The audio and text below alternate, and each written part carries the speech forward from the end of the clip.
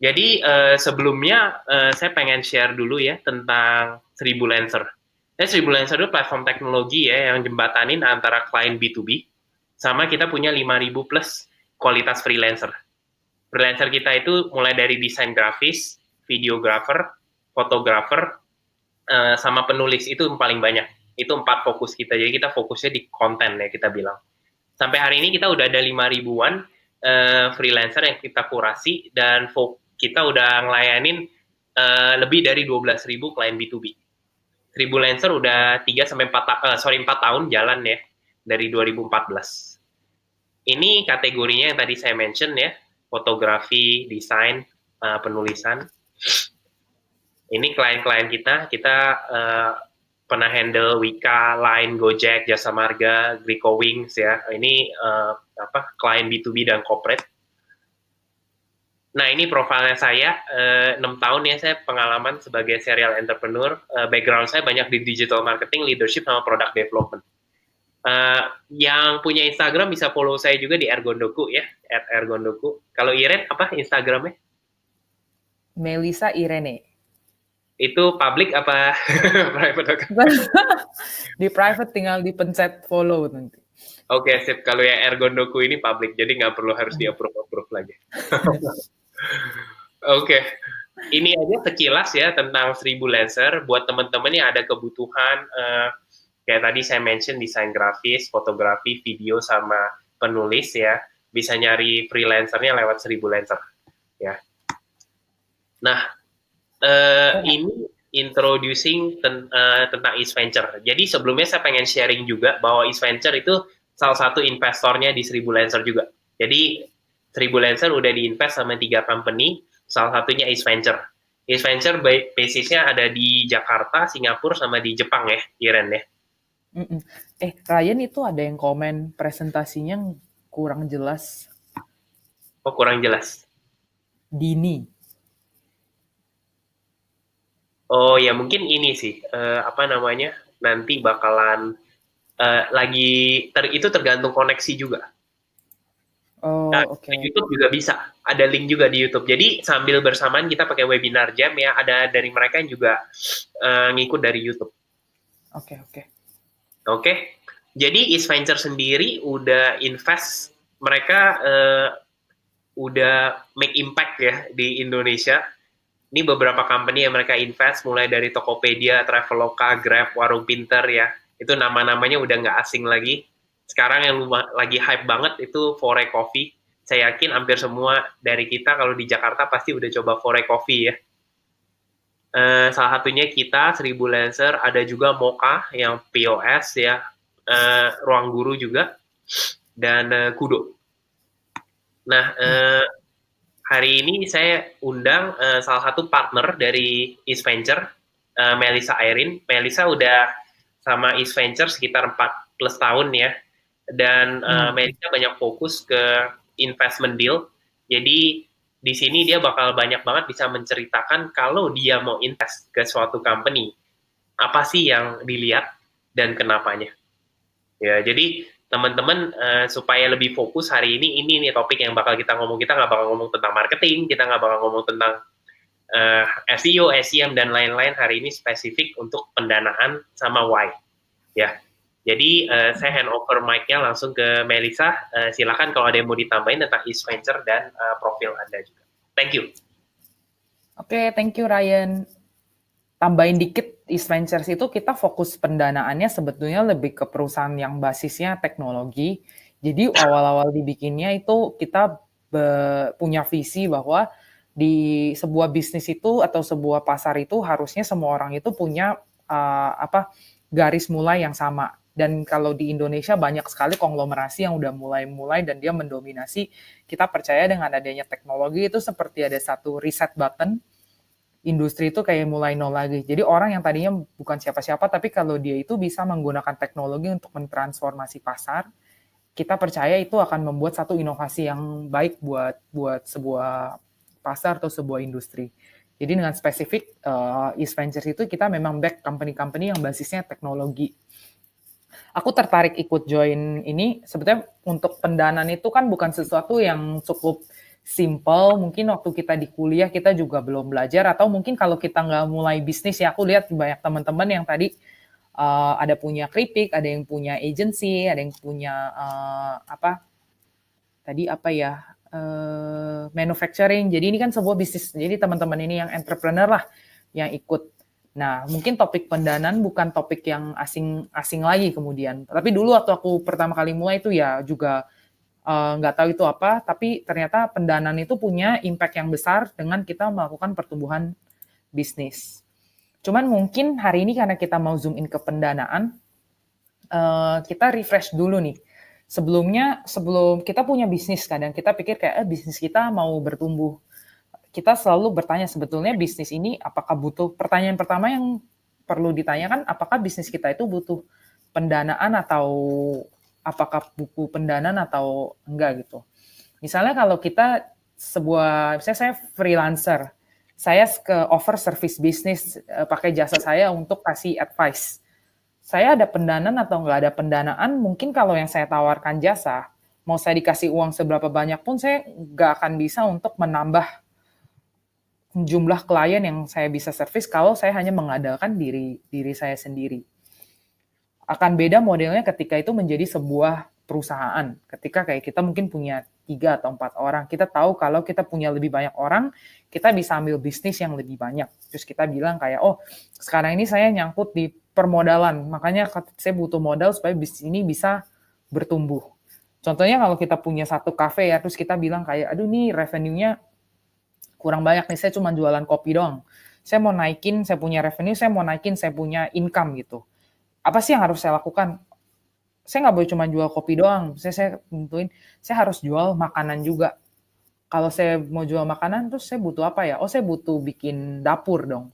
Kalau saya butuh bikin dapur, ya saya perlu beli aset. Saya harus beli renovasi dapur, saya harus beli kompor, dan segala macam.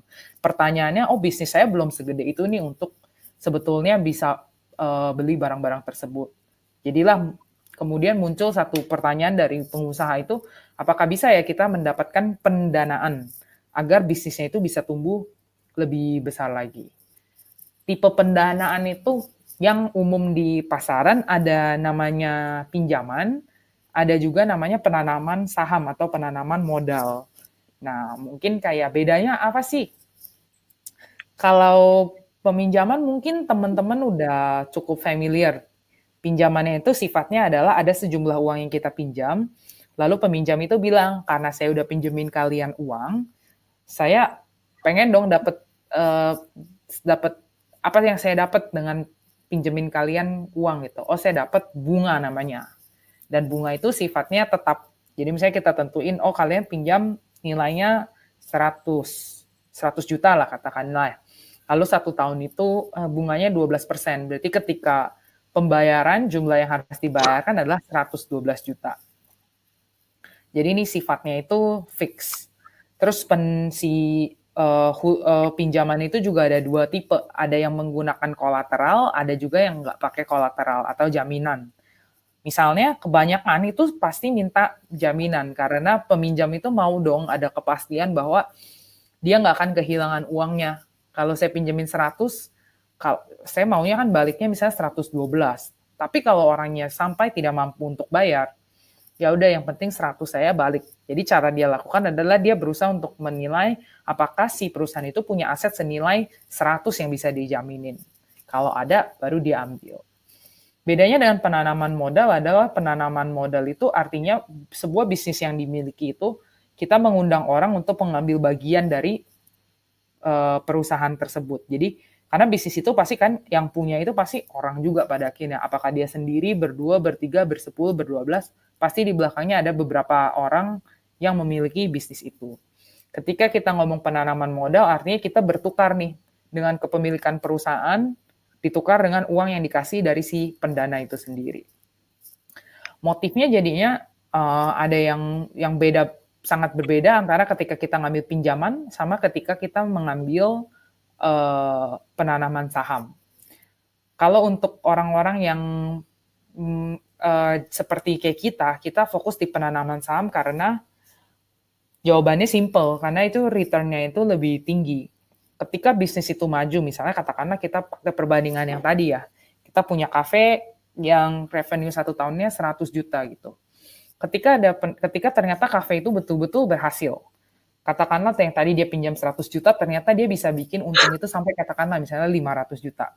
Kalau kita pemodal dalam bentuk pinjaman, kita akan dapat balik 12 juta, karena ya memang segitulah nilai yang sudah disetujui di awal. Tapi kalau penanaman saham, ketika perusahaan itu tumbuh 5 kali lipat, jumlah yang kita tanamin itu juga akan naik sejumlah 5 kali lipat, karena kita mendapatkan pembagian dari kepemilikan perusahaan tersebut. Tapi segala sesuatu itu pasti nggak ada yang bagusnya doang, pasti ada juga resikonya. Kenapa orang juga memilih memberikan pendanaan dari segi pinjaman? Karena memberikan penanaman modal itu resikonya tinggi. Kita kan bicara di hari baik, bisnisnya untung, ya lebih untung. Tapi ketika bisnisnya itu tidak berjalan sesuai dengan harapan, kalau kita masuk ke dalam modal, ya sudah, uangnya hilang karena kita tidak pegang jaminan apapun. Tapi kalau yang memberikan pinjaman, paling sedikit dia bisa mendapatkan modalnya balik dengan aset yang dijaminkan sama si peminjam tersebut. Jadi itu. Tapi mungkin hari ini kita akan lebih zoom in ngomongin tentang penanaman modal ya, karena ini mungkin yang teman-teman, ini mungkin yang cukup lebih baru lah dibandingin dengan pinjaman. Mungkin pinjaman udah lebih sering didengar ya. Ya, mau nanya dikit mungkin ya Iren, buat teman-teman. Istilahnya kita kan selalu mau mulai bisnis pasti pertanyaan keramatnya adalah nggak punya modal ya, atau mau pakai uang siapa gitu ya. Jadi sebenarnya kalau misalnya tipenya loan atau pinjaman itu bisa dibilang kita bisa aja ke bank sebenarnya, dan bank bakal kasih kita pinjaman, tapi mungkin yang sebagai jaminannya adalah mobil kita atau rumah kita sesuai dengan jumlah yang kita pinjam dari bank itu. Tapi in return pasti bank kan ada interest ya, dan interestnya itu di-fix kan, kayak tadi Iren kan ada bilang sekitar 12% ya. Betul, kalau misalnya ke bank itu kita lebih baik sudah siap punya aset yang dijaminkan. Karena ada juga tipe peminjam yang tidak minta aset, tapi biasa bunganya kemudian jadinya lebih gede ya. Jauh lebih gede, iya. Karena higher risk juga. Karena yang punya bank juga kan mereka pengen pastiin nggak cuma uangnya yang dipinjamkan itu bisa balik, tapi itu pun mereka juga mau interest lah on top of it gitu. Tapi yang paling penting adalah sebenarnya jangan sampai risiko uang nggak balik itu terjadi ya istilahnya. Maka kolateral itu penting. Betul, iya. Oke. Hari ini kan kita mau ngomong lebih banyak ke equity financing istilahnya ya, atau kepemilikan saham ketika sebuah company kayak East Venture menanamkan modal ke company yang mau diinvest itu ya. Jadi kita bakal lebih banyak fokus ke sini. Oke, silakan Iren. Aku lanjutin, mungkin sebetulnya perusahaan teknologi ataupun bukan perusahaan teknologi itu akan membuat sebuah keputusan berdasarkan kita katakan pembelajaran yang dia punya dari tipe bisnis. Jadi tahapnya biasa, misalnya kita pengusaha, kita pikir kita mau bikin usaha, kita nggak punya modal, kita nggak punya aset yang dijaminkan juga. Yang kita bisa jaminkan adalah ya siapa nih yang kebeli dengan ide yang kita punya tentang bisnis kita. Nah itu bisnis teknologi, bisnis non teknologi yang di assess itu sama, hanya saja nanti hasil dari assessment-nya itu akan berbeda-beda sesuai dengan si investornya itu lebih mementingkan di aspek mana. Jadi kita sebutnya ada 3P. 3P yang penting untuk investor kemudian membuat keputusan apakah dia mau menanamkan modal di perusahaan tersebut atau enggak. P yang pertama dan di banyak kasus ini adalah yang paling penting adalah people. Karena sebuah bisnis itu dimiliki oleh orang, lalu ketika kita ngomongin bisnis itu tidak mungkin, atau sebuah aktivitas tidak mungkin nggak ada orangnya sama sekali. Bisnis dibuat untuk melayani orang, bisnis dibuat untuk value add ke kehidupan orang, bisnis kemudian pasti juga dijalankan oleh orang. Bisnis juga kemudian untuk bisa jalan itu dia pasti ada karyawan, kemudian ada orang-orang yang akan terimpact. Jadi orang itu sangat penting, leader juga sangat penting di sisi ini. Jadi dia akan perhatikan apakah perusahaan tersebut mempunyai sumber daya manusia yang bagus. Apakah dari kalau misalnya perusahaannya skala kecil, si foundernya atau si kita sebutnya apa pemilik bisnis ini, apakah orang yang tepat untuk menjalankan bisnis ini. Perusahaan kalau yang udah lebih gede lagi, dia akan pikir apakah ini adalah manajemen yang tepat untuk membawa bisnis ini ke level selanjutnya. Jadi itu di assessment ke orang. Kedua, ada lagi yang disebut dengan potential market. Potential market kita mungkin sebutnya adalah pangsa pasar. Jadi industri atau pasar apa sih yang pengusaha ini mentargetkan? Apakah ini pangsa pasar yang besar? Dan ini besar kecil sebetulnya relatif. Jadi tergantung balik lagi dari si investor tersebut apa sih yang membuat mereka melihat sebuah industri atau sebuah pasar itu menarik atau enggak. Walaupun banyak-banyak tipenya, tapi paling kemungkinan besar adalah akan dilihat nih industrinya itu cukup besar atau enggak. Karena kalau nggak cukup besar ya kita suka sebutnya kita buang-buang waktu di dalam industri tersebut. Ketiga itu adalah produk atau service. Jadi layanan atau produk apa sih yang diproduksi atau dihasilkan dari orang-orang yang bergelitik di dalam industri tersebut. Ada perusahaan seperti kalau kita perusahaan kita katakan kita itu tahap awal karena banyak yang datang ke kita itu orang yang bagus, kemudian dia mentargetkan pasar yang tepat. Kita lumayan yakin orang yang tepat di pasar yang tepat itu akan menghasilkan produk yang tepat. Tapi ada juga tipe-tipe investor di mana dia melihat produknya bagus atau enggak. Seperti kayak misalnya kalau kita lagi berpikir mau investasi atau enggak di dalam produk minuman atau makanan tertentu.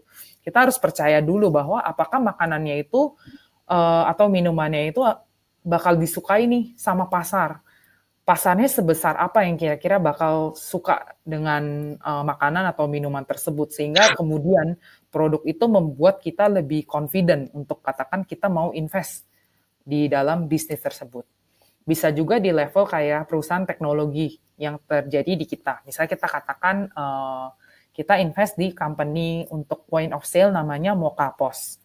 Jadi pertama kita bisa juga waktu awal-awal kita hanya lihat foundernya itu kita bakal detail lagi sih foundernya gimana. Tapi kita lihat orangnya benar, lalu market ini belum ada yang main di market ini. Kemudian ternyata mereka lakukan pendevelopment produknya ternyata bagus gitu. Sehingga ketika kita membuat keputusan 3 titik ini kita yakin, wah company ini benar-benar oke. Kalau kita mungkin aku coba zoom in kemudian di aspek-aspek lebih detail di setiap bagiannya adalah hal-hal yang akan kita bahas. Mungkin kita akan pertama ke people dulu. Kita ketika ngomongin tentang founders itu namanya juga ketika kita ngomongin orang ada dua sisi yang kemudian kita lihat dari orang, dan ini teman-teman pasti juga berinteraksi sama orang yang lain akan menghadapi dua arah ini, apalagi di dunia kerja. Ada karakter sifat dari orang, ada juga kemampuan dari seseorang. Ketika kita membuat keputusan atau mempertimbangkan mau atau enggak invest di company, pertanyaan mendasar adalah apakah kita percaya orang ini adalah orang yang tepat untuk menjalankan bisnis tersebut. Nah, ada dua aspek. Aspek yang kedua lebih mudah untuk dilihat, skill set. Skill set adalah kemampuan dia untuk menjalankan bisnis tersebut. Misalnya, dia mau buka kafe, apakah kita confident dia bisa melakukan operation, bisa menghandle banyak karyawan, bisa menghandle banyak tamu, bisa menghandle juga untuk kualitas dari kafe tersebut. Itu skill.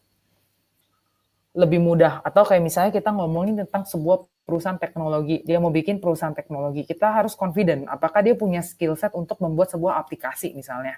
Apakah aplikasi dia itu akan membuat sebuah aplikasi yang mudah dipakai untuk orang. Apakah dia juga akan bisa membuat aplikasi itu kemudian bisa dipakai oleh banyak orang dan nggak ngehang misalnya. Itu skills.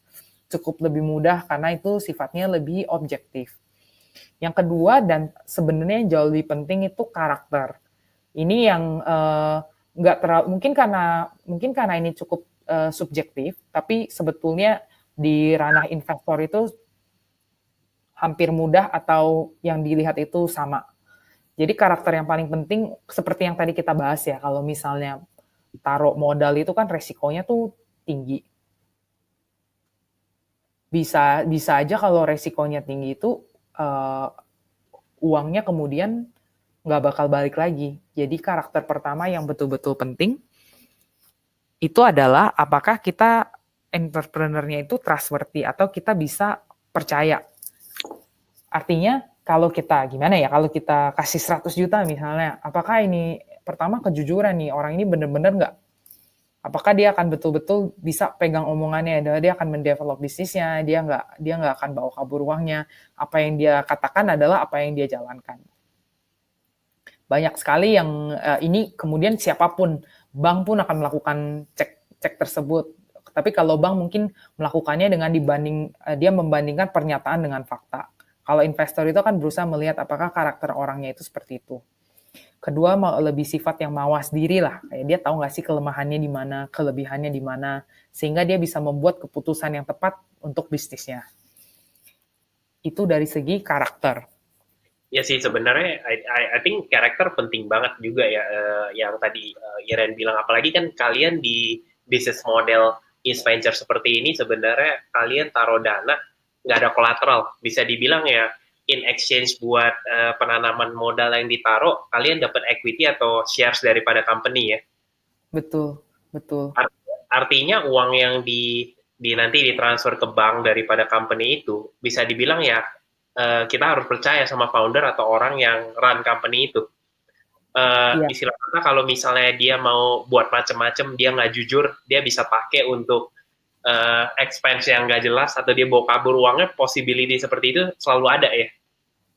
bisa. Jadi sebagai kita yang milih, kita mau apakah kita mau dananya atau enggak, kita ada aspek-aspek percampuran antara karakter dan skill set itu benar-benar penting. Pertama yang kejujuran, jangan sampai dia bawa lari uangnya. Skill set juga jadi penting gitu. Walaupun kita kasih uang, ketika kita bandingin A dan B, person A sama person B. Orang yang pertama ketika kita kasih, misalnya katakanlah 10.000 rupiah, dia bisa multiply sampai 100 rupiah. 100.000 rupiah, 10 kali lipat. Orang kedua kita kasih 10.000, dia bisa bikin sampai 1 juta. Ketik skill set itu berpengaruh ke bagaimana orang ini bisa, kita katakan value creation, bikin value lebih besar apa, dan semakin percampuran antara karakter dan skill set itu semakin bagus, kemungkinan dia akan multiply value-nya itu jauh lebih besar. Oke. Tapi kalau yang dari saya baca tadi apa yang Iren mention, sebenarnya kejujuran atau trustworthy itu udah yang core-nya yang paling penting dari semuanya. Bisa dibilang mungkin kalau nggak ada kejujuran ya bisa dibilang pintunya tutup lah istilahnya, dan mungkin nggak masuk ke next step atau level selanjutnya. Betul, betul. Interesting. Dan saya yakin juga kamu sendiri kayak selama jalanin 4 tahun ini pasti kan udah banyak banget ngelihat orang macem-macem ya istilahnya, dan personality orang juga beda-beda. Jadi bisa dibilang pas pertama kali kita ketemu calon company yang kita mau invest, nah di sanalah mungkin kita mulai istilahnya baca orangnya seperti apa, apakah mereka trustworthy atau enggak, skill setnya kayak gimana. Jadi nggak tahu, correct me if I'm wrong ya, tapi yang saya nangkep adalah sebenarnya bisa dibilang it's like an interview, kayak kita mau hire orang deh. Betul, tapi ini mungkin lebih ke arah karena kita akan kasih uangnya resikonya tinggi, kita jadi lebih, ya mungkin seperti itu juga sih, benar, untuk kita mau, apakah kita bisa percaya, mungkin levelnya sedikit lebih tinggi lagi, kayak wah, ini mau kirim uang, yakin nggak nih, nggak dibawa kabur, atau bener nggak nih dia akan multiply value itu dengan lebih banyak lagi. Betul, kita maksudnya kalau kita interview orang, resikonya setelah 3 bulan nggak perform kan tinggal kita let go aja setelah probation kan istilah. Tapi kalau ini duitnya udah masuk ke bank account company tersebut, mau tarik kembali juga susah ya. Udah nggak bisa, iya. Udah nggak bisa malah. Kecuali maksudnya foundernya, misalnya bisnisnya not doing so well, mungkin foundernya ada hati untuk balikin juga duit investor itu ya misalnya. Ya, Terus bisa. interesting. Oke, next ini kita ada beberapa pertanyaan masuk, tapi nanti saya pas lagi jeda saya bakalan sharingin ya. Iren mau lanjutin ininya ya, sharingnya ya tadi. Boleh, boleh. Nah, mungkin kemudian ini mungkin saya konteksnya lebih ke perusahaan pemodal seperti kita, karena orang kalau kita mungkin sedikit kasih teman-teman konteks, sebetulnya kalau gitu bisnis model si perusahaan pemodal tuh gimana sih mereka bikin uang. Nah, kalau kita sebetulnya mengatur keuangan orang lain juga. Jadi kita ada orang yang invest ke dalam perusahaan seperti kita, dan dia mempercayakan kita bahwa kalau dia kasih kita 10.000 rupiah, kita bisa menyulap 10.000 rupiah itu menjadi 10 juta rupiah misalnya. Sehingga dengan struktur yang seperti itu, kenyataan pahitnya adalah nggak semua orang itu bisa menjadi entrepreneur untuk perusahaan yang besar. Oke. Karena selain dari yang kita tadi bicara tentang satu aspek ya, karakter dan skill set si founder, ada satu lagi yang sangat sulit untuk dipredik atau ditumbuhkan, yaitu kepemilikan dari sebuah visi yang besar. Karakter entrepreneur itu biasa mereka sangat optimis, mereka sangat agresif, dan mereka ambisius untuk beberapa apa ya saya katakan, dia punya sebuah ambisi yang sangat besar. Jadi dia melihat situasi sekarang, dia merasa ada yang nggak benar. Seperti mungkin dulu kita katakan, saya Tokopedia waktu dia mulai, dia melihat ada kejanggalan. Indonesia itu punya 60 juta SMI, kenapa udah 2 tahun, 3 tahun bisnisnya gitu-gitu aja. Cuman kurang dari 1% yang kemudian bisa bertumbuh besar. Atau kita waktu melakukan warung pintar, kita mengamati warung-warung itu udah 20 tahun, dari 20 tahun yang lalu sampai sekarang nasibnya ya sama-sama aja. Jadi ketika kita melihat sebuah masalah terjadi di skala yang sangat besar, seseorang untuk menyelesaikan masalah tersebut butuh sebuah mimpi yang besar yang didrive dari sebuah individual yang dia punya mimpi untuk mengganti itu semua. Ketika kita bicara mau bikin sebuah company yang besar, nggak mungkin company yang besar itu isinya cuma satu orang, benar nggak? Betul. Ketika kita mau memtumbuhkan impact yang besar, kita butuh untuk menggalang banyak dukungan dari orang-orang. Paling simpel itu adalah karyawan. Karyawan ada yang kerja jam 8, jam 9 pagi, jam 5 sore, dia pulang. Karena dia kerja hanya untuk menghasilkan uang, makan, terus dia pulang. Ketika dia mengikuti orang yang tepat atau perusahaan yang punya visi, yang senada dengan personality atau apa yang dia punya, dia menjadi lebih lapar. Dan ini yang generasi kita itu butuhkan sebetulnya. Kalau kita mau membuat perubahan, gerakan-gerakan inilah yang penting. Sehingga, karena tidak semua orang bisa punya mimpi yang besar dan meng-attract banyak orang untuk mengikuti mimpinya, rate kegagalan itu banyak. Atau nggak semua. Kayak di kita itu terima sekitar 2.500 aplikasi per tahun. Biasa kita hanya invest 30 sampai 40. Karena pada kenyataannya untuk menjadi sebuah entrepreneur and dibiayai oleh venture capital, selain dari karakter yang baik dan skill set, mimpi yang sangat besar itu adalah yang membedakan seorang founder dengan yang bukan founder. Tapi mungkin pertanyaan, sorry ya saya interrupt dikit ya. Tapi ini juga, maksudnya nggak tahu ya, saya maksudnya as a founder sendiri saya udah jalan 7 tahun. Kadang orang juga nanya, apa sih yang drive me untuk bisa jalan terus? Udah ada beberapa kali kan juga kayak kita, maksudnya masa-masa susah lah. Kayak di tahun kedua, tahun keempat, ya tahun ke-6 juga masih susah juga ada aja gitu. Nah ini mungkin juga jadi resiko juga ya buat investor, di mana kalau one day tiba-tiba foundernya itu give up on the big dream yang resonates ini ya. Jadi big dream yang resonates ini kan istilahnya sebuah perjalanan. Resiko itu bisa terjadi di tengah jalan sebenarnya. Kalaupun di awal-awal misalnya foundernya very enthusiast, very optimis, tahu-taunya pas sudah dieksekusi dia punya bisnis dan dia ketemu banyak rintangan yang akhirnya nyebabin dia akhirnya give up, mungkin bisa dibilang itu juga pretty much the end of the company ya pas foundernya give up ya. Betul, karena kayak sebuah perusahaan itu ada jiwanya. Jadi jiwa perusahaan itu kadang kita misalnya ada kelihatan sebuah perusahaan yang ya employee-nya karyawannya gitu-gitu aja. Tapi kita misalnya ke perusahaan yang lain, ada yang perusahaannya di mana karyawannya itu merasa memiliki di perusahaan tersebut. Yang bisa ada yang kedua itu karena si pemimpin perusahaannya itu punya apa ya? Saya mau katakan karisma. Untuk dia bisa menyebarkan karisma itu ya dia mimpinya perlu. Nah, kalau rintangan bisnis itu pasti terjadi. Jadi ketika si pengusaha itu nggak punya visinya, dia kena rintangan kecil, dia akan jadi ragu. Bener nggak ya keputusan saya untuk masuk ke bisnis ini? Dan sangat besar kemungkinannya dia dia kayak ya udahlah udah capek, lalu dia berhenti. Tapi contoh seperti yang Ryan cerita kayak tahun kedua, tahun ketiga, tahun keenam tetap susah, tapi tetap bertahan dan tetap berjuang terus di dalam bisnis ini, itu yang kita sebut dengan vision. Jadi dia menyadari, kayak Ryan menyadari bahwa bikin bisnis itu memang gak gampang kan, semua orang tahu gak gampang.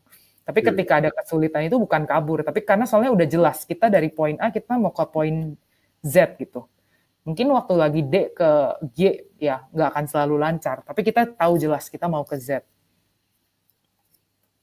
Ya, interesting sih. Makanya ini mungkin yang ngebedain juga antara company yang dimana founder itu cuma mikirin soal apakah dia bisa make money sama founder yang juga mikirin soal apakah company-nya ini bisa bring impact atau enggak.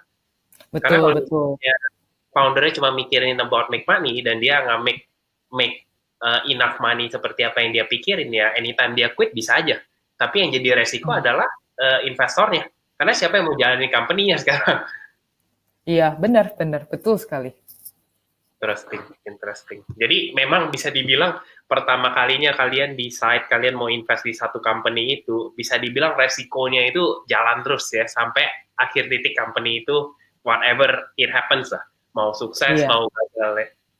Kalau gagal, tetap kita nggak berarti kalau gagal itu entrepreneur-nya gagal. Bisa aja kayak ternyata industri yang kita lihat besar, ternyata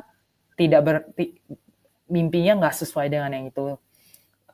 Bisa juga ketika ya di tengah jalan ada hal-hal yang terjadi lah. Tapi di perjalanan ini ketika ada visi yang kuat, visi dan misi yang kuat itu, dia lebih tidak gampang untuk goyah. Interesting. Ya itu bisa dibilang ya sambil buat si foundernya makin mature juga ya, makin di istilahnya di gambling lah istilahnya. Betul. Interesting. Ini benar-benar maksudnya you believe in that person, you believe in his vision, makanya you invest. Oke. Ini kita ke next slide ya kalau gitu ya, Melisa ya. Boleh.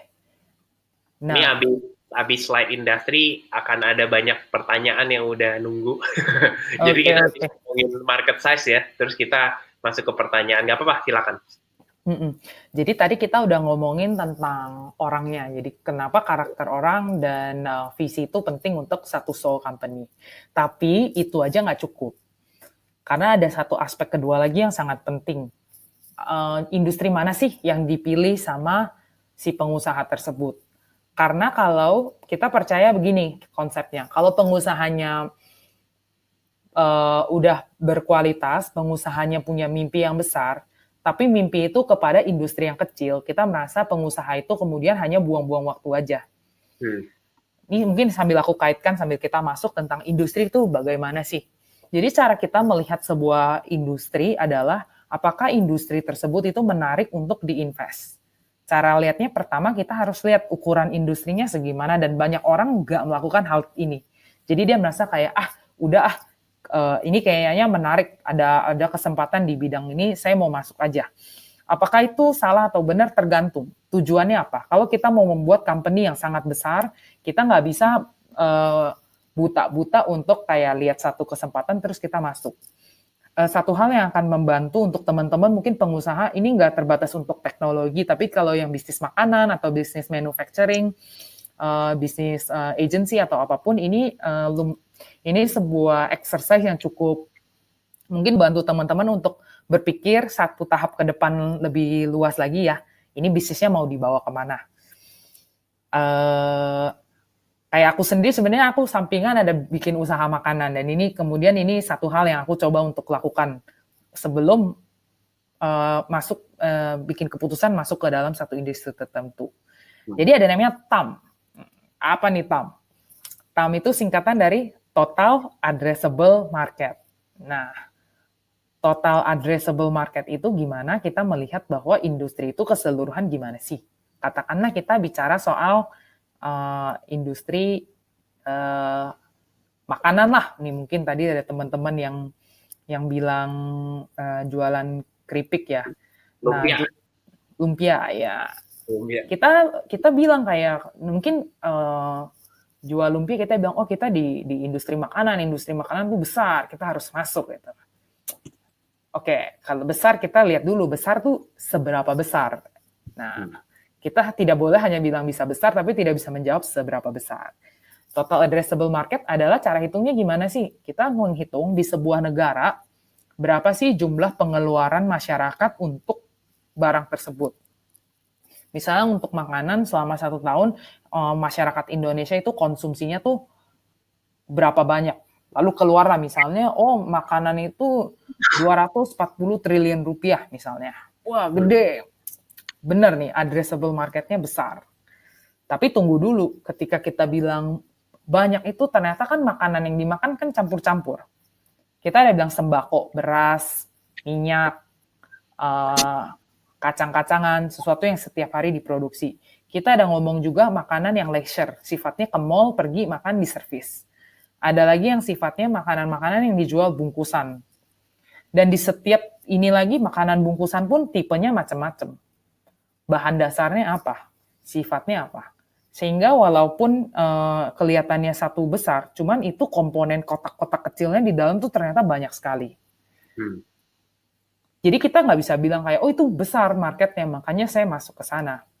Karena coba kalau kita pikir-pikir misalnya di industri makanan dan minuman, nggak mungkin kita bilang patokannya industrinya besar, terus kita mau jualan ayam goreng. Perusahaan ayam goreng aja kita juga udah bisa map. Ada beberapa yang besar. Nggak mungkin satu perusahaan itu bilang saya bisa jual ayam goreng, saya bisa jual kopi, saya bisa jual keripik, saya bisa jual nasi goreng. Dia pasti memilih satu spesialisasi di mana dia kemudian berusaha untuk menang di dalam pertempuran tersebut. Sehingga yang kemudian penting dilihat itu adalah SAM. SAM itu adalah Serviceable Addressable Market. Jadi sebetulnya industrinya apa sih yang kalian masukin? Misalnya kayak jualan kopi gitu. Nah, kopi kemudian udah jadi spesifik. Kita udah bukan lagi ngomongin tentang makanan dan minuman, kita langsung zoom ke dalam industri kopi. Terus kita bilang, oh kopi itu gede, bla bla bla, berapa. Nah, kemudian pertanyaannya, SAM itu kemudian kita ngomongin juga tentang, nggak mungkin kan, sangat nggak mungkin cuma ada satu perusahaan yang menguasai satu pasar. Kayak kopi pun kita lihat banyak sekali bertebaran. Ada merek-merek kayak misalnya ada Starbucks, Max Coffee, ada lagi Kopi Kulo, ada kalau disebutin itu nggak selesai-selesai. Sehingga pertanyaannya adalah sebetulnya kalau kalian menang itu kalian dapat berapa banyak sih customer yang kalian bisa ambil. Kalian bisa dapat 10-20% pangsa pasar, itu udah bagus banget. Sehingga perlu dihitung, kalau kita dapat 10% pangsa pasar, itu nilainya berapa. Nah, itu yang namanya serviceable. Jadi kalau ini kita udah bisa melihat lebih jelas lagi, tujuan perusahaan kita itu maunya main di ranah yang mana, perang mana sih yang kita mau masukin. Jadi ketika kita offer ke customer, value proposition kita itu jelas kita fokus di yang ditawarin itu apa. Yang ketiga, kita ngomongin tentang, nah ini juga penting kayak, oh misalnya nih, saya mau bikin lagi toko kopi. Ya.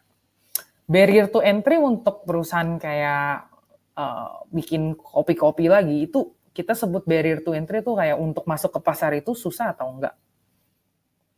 Nah, pasarnya itu barrier to entry kita harus perhatikan karena banyak yang barrier to entry-nya udah rendah. Rendah dalam arti, kalau kita mau bikin toko kopi, apa sih yang dibutuhin? Beli mesin kopi, beli cup kopi, beli ini. Kayak aku, kamu, mungkin sama 63 audiens yang lainnya itu udah tahu ilmunya. Artinya besok kita ber-63, kita mau bikin kopi bisa atau enggak? Bisa. kita bisa bikin. Artinya industri ini barrier to entry-nya itu rendah. Terus kita bilang kayak ya udah kalau gitu karena susah nggak mau deh karena gampang ya udah pasti banyak, kalau gampang pasti banyak saingan. Terus kita bilang kita mau yang susah aja, kita bikin perkebunan kopi. Wah, barrier to entry-nya tinggi. Tapi pertanyaannya kalau mau bikin perkebunan kopi mesti ngapain? Mesti beli lahan. Betul. Mesti siap-siap untuk kalau panen itu susah, bisa juga rugi, bisa juga enggak. Petani ngurusin petani beratus-ratus, bisa juga kabur. Sehingga itu industri yang barrier to entry-nya tinggi. Kamu harus udah punya modal yang besar dulu untuk bisa masuk ke sana. Ini penting untuk dianalisa. Jadi kita ini sebenarnya berguna untuk kita memikirkan sebelum kita masuk perang itu arena perang tuh kayak gimana. Kita nge-map dulu kayak ada siapa aja, ini specifically kita mau masuknya ke mana. Nah, yang paling bagus adalah kalau East Ventures kan memang fokusnya barrier to entry, teknologi itu pasti jadi barrier to entry. Kayak sekarang besok 63 audience ini apakah bisa bikin platform 1000 Lancer besok? Jawabannya nggak tentu. Mungkin ini ada yang bikin marketing, influencer management, ada yang bikin agency, itu mungkin bisa, tapi itu mungkin 2 atau 3 orang. Bisa pun kemudian apakah kualitasnya itu value proposition ke customer-nya sama atau beda atau gimana. Jadi itu kita ngomong ketika kita punya kemampuan teknologi, kita bisa meng-establish teknologi sebagai barrier to entry. Tapi terlepas dari itu, mungkin teman-teman yang diikut mungkin banyak kan yang industrinya misalnya non-tech ya. Ini juga yang teman-teman perlu pikirin adalah passionate-nya di mana, sehingga itu jadi barrier to entry. Kalaupun misalnya kita mau bikin apa ya, restoran salad gitu. Kita harus sangat passionate di situ, sehingga kita punya satu value proposition yang bagus dibandingin dari orang-orang lainnya yang walaupun masuk ke industri itu, mereka cuma tahu kayak ya beli sayur campur-campur, tapi value proposition-nya nggak terlalu ada. Jadi kalian set sendiri barrier to entry-nya. Interesting. Mungkin kalau kita ngomongin tentang serviceable market ya, mungkin saya bantu juga untuk kasih beberapa input ke teman-teman juga. Mungkin misalnya saya mau buka toko kopi, dan toko kopinya itu sebenarnya saya cuma mau fokus di Jakarta Barat. Tentunya saya nggak bisa bilang bahwa market saya satu Indonesia. Ya karena itu irrelevant. Makanya kalau saya mau buat toko kopi yang cuma ada yang di Jakarta Barat, ya saya cuma bisa sebenarnya ngambil populasi orang-orang yang di Jakarta Barat dan mungkin penggemar kopi. Maka dari sana angka yang istilahnya kita dapat sebagai istilahnya, oh ya, peminum kopi satu Indonesia itu nggak jadi satu tolak ukur lah istilahnya. Jadi itu juga bisa bantu untuk kita nggak overshoot ya. Sebenarnya marketnya kita tuh seberapa gede sih sebenarnya. Mungkin itu untuk bisa jelasin serviceable market lebih sebagai tambahan tadi ya. Oke. Tadi teknologi juga ada dimension ya sebagai barrier to entry. Oleh karena itu juga East Venture sebagai company, hampir semua company yang diinvest tuh pasti ada hubungannya sama teknologi, benar ya Iren ya? Betul. Dan mungkin alasan kedua teknologi, karena teknologi juga bisa scale up ya. Kalau kayak kita lihat si Tokopedia, Traveloka, mereka bisa jadi company yang nilainya bisa sampai segede Mercy, segede kita bilang Honda ya, dan lain-lain. Padahal Honda, Mercy itu company udah 100 tahunan. Traveloka sama Tokopedia barusan 10 tahun ya kayaknya. Itu adalah karena teknologi yang membuat mereka bisa scale up dengan cepat. Jadi next-nya kita ada istirahat selama 5 menit ini. Sekalian kita bakalan ngobrol tentang pertanyaan-pertanyaan yang tadi ada di mention. Dan sebelumnya juga ini ada sedikit saya ada pengen minta bantuan teman-teman ya untuk saya ada survei. Jadi ini surveinya. Kita kan ada buat webinar ini setiap sebulan sekali ya. Jadi di sini kita juga pengen tahu topik-topik apa aja sih yang sebenarnya teman-teman pengen dengerin. Jadi next time saya juga bisa invite guest speaker yang yang istimewa kayak Melisa juga, tapi untuk topik yang berbeda. Nah ini jadi link ke surveinya ya, bisa klik yang di sebelah kanan yang isi sekarang. Oke, sambil kita tadi ada beberapa pertanyaan buat Melisa. Jadi pertanyaannya adalah, kita mulai dari ini dulu ya, dari apakah East Venture mau funding pada startup yang belum ada transaksi tapi sudah dapat dukungan dari beberapa organisasi lokal yang besar, founder berpengalaman dan sudah MOU partnership dengan perusahaan multinasional? Bakal perlu untuk sama prosesnya sama sih seperti yang tadi aku cerita. Jadi akan itu hal-hal yang misalnya MOU itu adalah plus, artinya kamu sudah dapat validasi bahwa produk yang kamu ciptakan itu ada market yang mau merespon ke sana. Nah, tapi kemudian perlu untuk diperhatikan lagi seperti yang aku bicara tadi. Misalnya kalau kita bilang produknya itu kita bakal bakal assess dengan cara yang sama yang seperti aku katakan tadi. Apakah marketnya total addressable dan serviceable-nya itu sebetulnya seperti apa, barrier to entry artinya kompetisinya seperti gimana, dan apa sih value proposition dari produk tersebut ketika kita map ke dalam itu. Lalu kedua sebenarnya balik lagi tim dan foundernya seperti apa. Aku nggak bisa jawab tapi I think ya dibandingin belum ada apa-apa, tentu kalau punya MOU itu ada satu validasi tambahan. Oke. Ini ada pertanyaan juga dari Charlene Librata ya. Apakah ada trik-trik agar jika saya membantu company bisa mendapatkan investor dengan cepat? Sebenarnya ya balik lagi ya. Tadi itu apa namanya? Ini mungkin saya bantu Iren jawab juga ya. Sebenarnya trik-trik yang di-share 3P itu, terutama yang people sama market ya tadi ya. Itu 2P itu yang paling penting. Jadi kalau misalnya memang marketnya itu besar, belum banyak kompetitornya, dan people-nya itu trustworthy, punya skill set, tentunya buat investor untuk make decision, pengen invest ke entity tersebut lebih cepat. Cuma kalau misalnya ternyata marketnya kompetitornya banyak, masih ada peluang tapi harus lebih niche, lebih vertikal ya, tentunya investor bakalan ngambil waktu untuk melakukan yang kita bilang due diligence ya, untuk pastikan bahwa membuat keputusan invest di entity ini benar atau enggak. Jadi ujung-ujungnya tergantung juga what kind of business yang kita mau propose ke investor tersebut dan gimana mereka menilainya. Ada juga pertanyaan, nah ini lumayan bagus dari Sanlota. Apa investor hanya tertarik dengan usaha yang punya minimal 2 founder? Hanya itu kata-katanya besar sekali, tapi jawabannya pasti enggak. Jawabannya pasti balik lagi ke yang tadi. Frameworknya sebenarnya sama. Semua orang pasti frameworknya sama. Tapi mungkin pertanyaannya kemudian apakah ada benefit dengan punya lebih dari satu founder? Kalau dua-duanya orangnya oke, tentu jawabannya lumayan lebih menguntungkan karena ada yang kita sebut dengan complementary. Jadi ada founder yang misalnya dia jago untuk jualan atau marketing.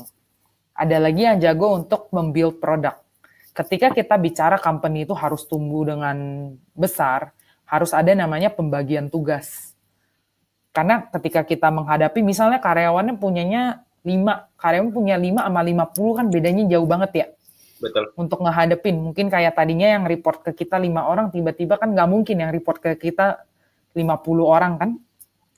Ketika kita punya, yang tadi saya ngomong tentang founder itu adalah dia yang punya karisma, dia yang punya soul dari bisnisnya. Nah, ketika kalau mereka lebih dari 1, berdua, atau bertiga, itu soul atau jiwa company itu bisa terpancar lebih kuat lagi. Jadi walaupun company-nya tumbuh dari 50 jadi 100, dia bisa tumbuh dengan solid. Karena istilahnya kita ngomongnya apa? Gotong royong lah, saling membantu, saling complementary. Betul banget sih. Sebenarnya kerasa banget kalau misalnya kita ada lebih dari 2 founder, kita bisa brainstorming bareng. Jadi make decision-nya juga lebih yakin ya, karena ada 2 otak yang sama-sama mikirin untuk make decision itu gitu. Karena kalau sendirian ya, tentunya kalau misalnya kadang kan kita make decision ada yang berdasarkan suatu keputusan yang impulsif, sama ada keputusan yang memang otaknya jernih ya. Kalau sendirian, kadang situasinya tuh kita nggak sadar, kita lagi impulsif, dan kita buat keputusan. Biasanya kurang tepat. Makanya sebenarnya Hmm. dengan adanya dua founder tersebut ya, itu bisa bantu untuk mengingatkan supaya pas kita ngambil keputusan itu jangan sampai salah lah istilahnya. Tapi ya tentunya kalau ada dua founder, tiga founder ya ada possibility juga yang namanya argue ya, atau apa namanya mindsetnya beda, dan biasanya mindset beda itu baru ketemu juga setelah misalnya 1, 2, 3 tahun jalan. Ada Hmm. some company mungkin 2, 3 bulan jalan udah langsung ketahuan, oh ternyata foundernya nggak cocok ya, itu lebih baik lagi, jadinya nggak habis waktu kan. Tapi buat mereka yang udah kecemplungan 2, 3 tahun, ya mau nggak mau harus bisa, kita bilang ya take and give lah istilah. Hmm. Tapi kalau misalnya dua-dua founder sama-sama keras dan mereka udah diinvestasi, yang paling resikonya paling gede ya tentunya investor. Betul ya Iren? Hmm. Hmm. Hmm. Ya menghadapi ya bagian dari resiko juga sih di kita jadinya. Betul, betul. Ada satu pertanyaan, ada dua pertanyaan lagi sih. Saat investor melihat soal buah founder dan melihat karakter si founder, apakah bila si founder pernah ikut psikologi tes seperti DISC atau tes temperamen, apakah membantu penilaian si investor? Selama ini sih enggak, karena kalau tes-tes seperti itu, saya merasanya eh, tes-tes itu bisa untuk dibohongi. Artinya ketika kita menjawab itu ada tendensi atau kecenderungan kita itu pengen terlihat cukup baik. Hmm. Itu cukup natural. Secara manusia cukup natural kalau kita itu pengen nunjukin itu. Sehingga orang yang jujur sama yang nggak jujur akan kecampur. Dari sisi kita, kita kan nggak bisa bedain apakah si orang ini mengisinin dengan jujur atau tidak jujur. Jadi kalau kita sih masih tidak mengandalkan tes-tes tersebut. Oke, jelas. Ini ada satu pertanyaan lagi ya sebelum kita lanjut. Tenang aja, ini sebenarnya pertanyaan ada 10 biji, tapi itu saya Oh, save untuk end of the session. Tapi ini ada pertanyaan dari William. Kira-kira gimana nih waktu pertama kali ketemu sama Ryan? Sharing dong mumpung tersangkanya lagi hadir. Jadi ini gue bantu hmm, cerita aja ya, Melisa ya. Jadi hmm, hmm. pertama kali 1000 itu diinvest ya, company kita diinvest itu di 2012. Jadi saya ketemunya sama atasannya Melisa. Waktu itu namanya Pak Wilson. Jadi waktu itu pertama kali East Venture mulai, Pak Wilson yang initiate, dan kita dealnya itu lumayan cepat, 1 bulan sampai 2 bulan. Saya ingat banget pertama kali ketemu Pak Wilson di salah satu kedai bakmi. Jadi nggak ada tuh kayak ruang meeting formal pakai baju baju apa jas gitu, nggak kayak gitu. Jadi kita berdua sambil makan bakmi sambil ngobrolin tentang bisnis sama lagi nyiapin kontrak juga gitu. Jadi very casual banget ya. Dan inilah yang sebenarnya kita juga, maksudnya kalau teman-teman ngelihat, waduh, dunianya kayak tech itu kayaknya apa namanya, very Glamor. glamor atau uptight gitu ya. Sebenarnya enggak. Kita ini lumayan casual sih. Dan buat kita yang penting adalah can we make an impact? Can we kerjasama nggak sama ini calon investor atau calon company yang kita mau invest ya? Kalau bisa ya, sebenarnya kita nggak butuh format apa-apa aja dan tinggal proses to the next steps lah. Seperti yang tadi Iren udah jelasin juga. Nah itu sedikit ceritanya sih buat William ya. Cepet kok. Waktu itu saya cuma 1 sampai 2 bulan aja. Dan habis itu baru deh apa namanya East Venture mulai growing ya. Kita kenal lebih banyak tim dari sana. Salah satunya juga Iren itu ada join. Uh, ini ada pertanyaan yang lain, tapi saya save buat nanti. Sekali lagi buat teman-teman sebelum kita mulai lagi ya. Ini kita punya survei, bisa klik yang isi sekarang ya. Ini juga bantu kita untuk webinar selanjutnya, kita juga bisa siapin topik yang lebih panas lagi istilahnya. Oke, sip. Saya mulai lagi kalau gitu presentasinya. Saya balikin mic-nya lagi ke Iren. Silakan Iren. Oke. Nah, ini teman-teman mungkin udah cukup ada pengertian Tadi kita ngomongin dari segi industrinya, marketnya seperti apa, oke atau enggak. Sekarang ini lebih ke oke, sekarang kita udah menemukan pasarnya mau di mana, lalu kita sekarang di tahap untuk memformulasikan di dalam pasar tersebut kita mau ngapain sih gitu. Nah, problem apa yang kita identify, lalu di versus dengan solution apa yang kita pengen propose. Di sini satu hal yang penting adalah kita harus mengidentify, kita sebutnya pain. Pain itu adalah penderitaan. Jadi di dalam pasar itu ketika founder itu yang kita amati ya, ketika dia kesel banget sampai dia punya mimpi karena dia kesel banget sih. Ada sesuatu yang dia merasa ini nggak beres. Mungkin contohnya mungkin kayak Grab atau Gojek itu mungkin penderitaannya adalah kenapa tiap kali gue mau ngambil taksi ya, kalau nggak ada gue harus jalan kaki nyebrang, terus gue harus samperin taksinya, aku nggak ketemu. Atau naik ojek juga sama, nego lagi sama abangnya, kenapa nggak ini. Jadi dia merasa kayak ada satu penderitaan yang dialami yang seharusnya nggak terjadi. Yang sering terjadi di lapangan juga, ketika kita punya ambisi untuk membuat bisnis, ini entrepreneur kadang suka beda. Dia suka terbingungin antara penderitaan sama ketidaklaziman. Kita sebutnya ketika membuat sebuah solusi untuk penderitaan itu, orang kalau pakai, dia akan ketagihan pakai terus. Karena dia merasa bahwa, produk ini itu menyelesaikan satu masalah yang saya benar-benar capek.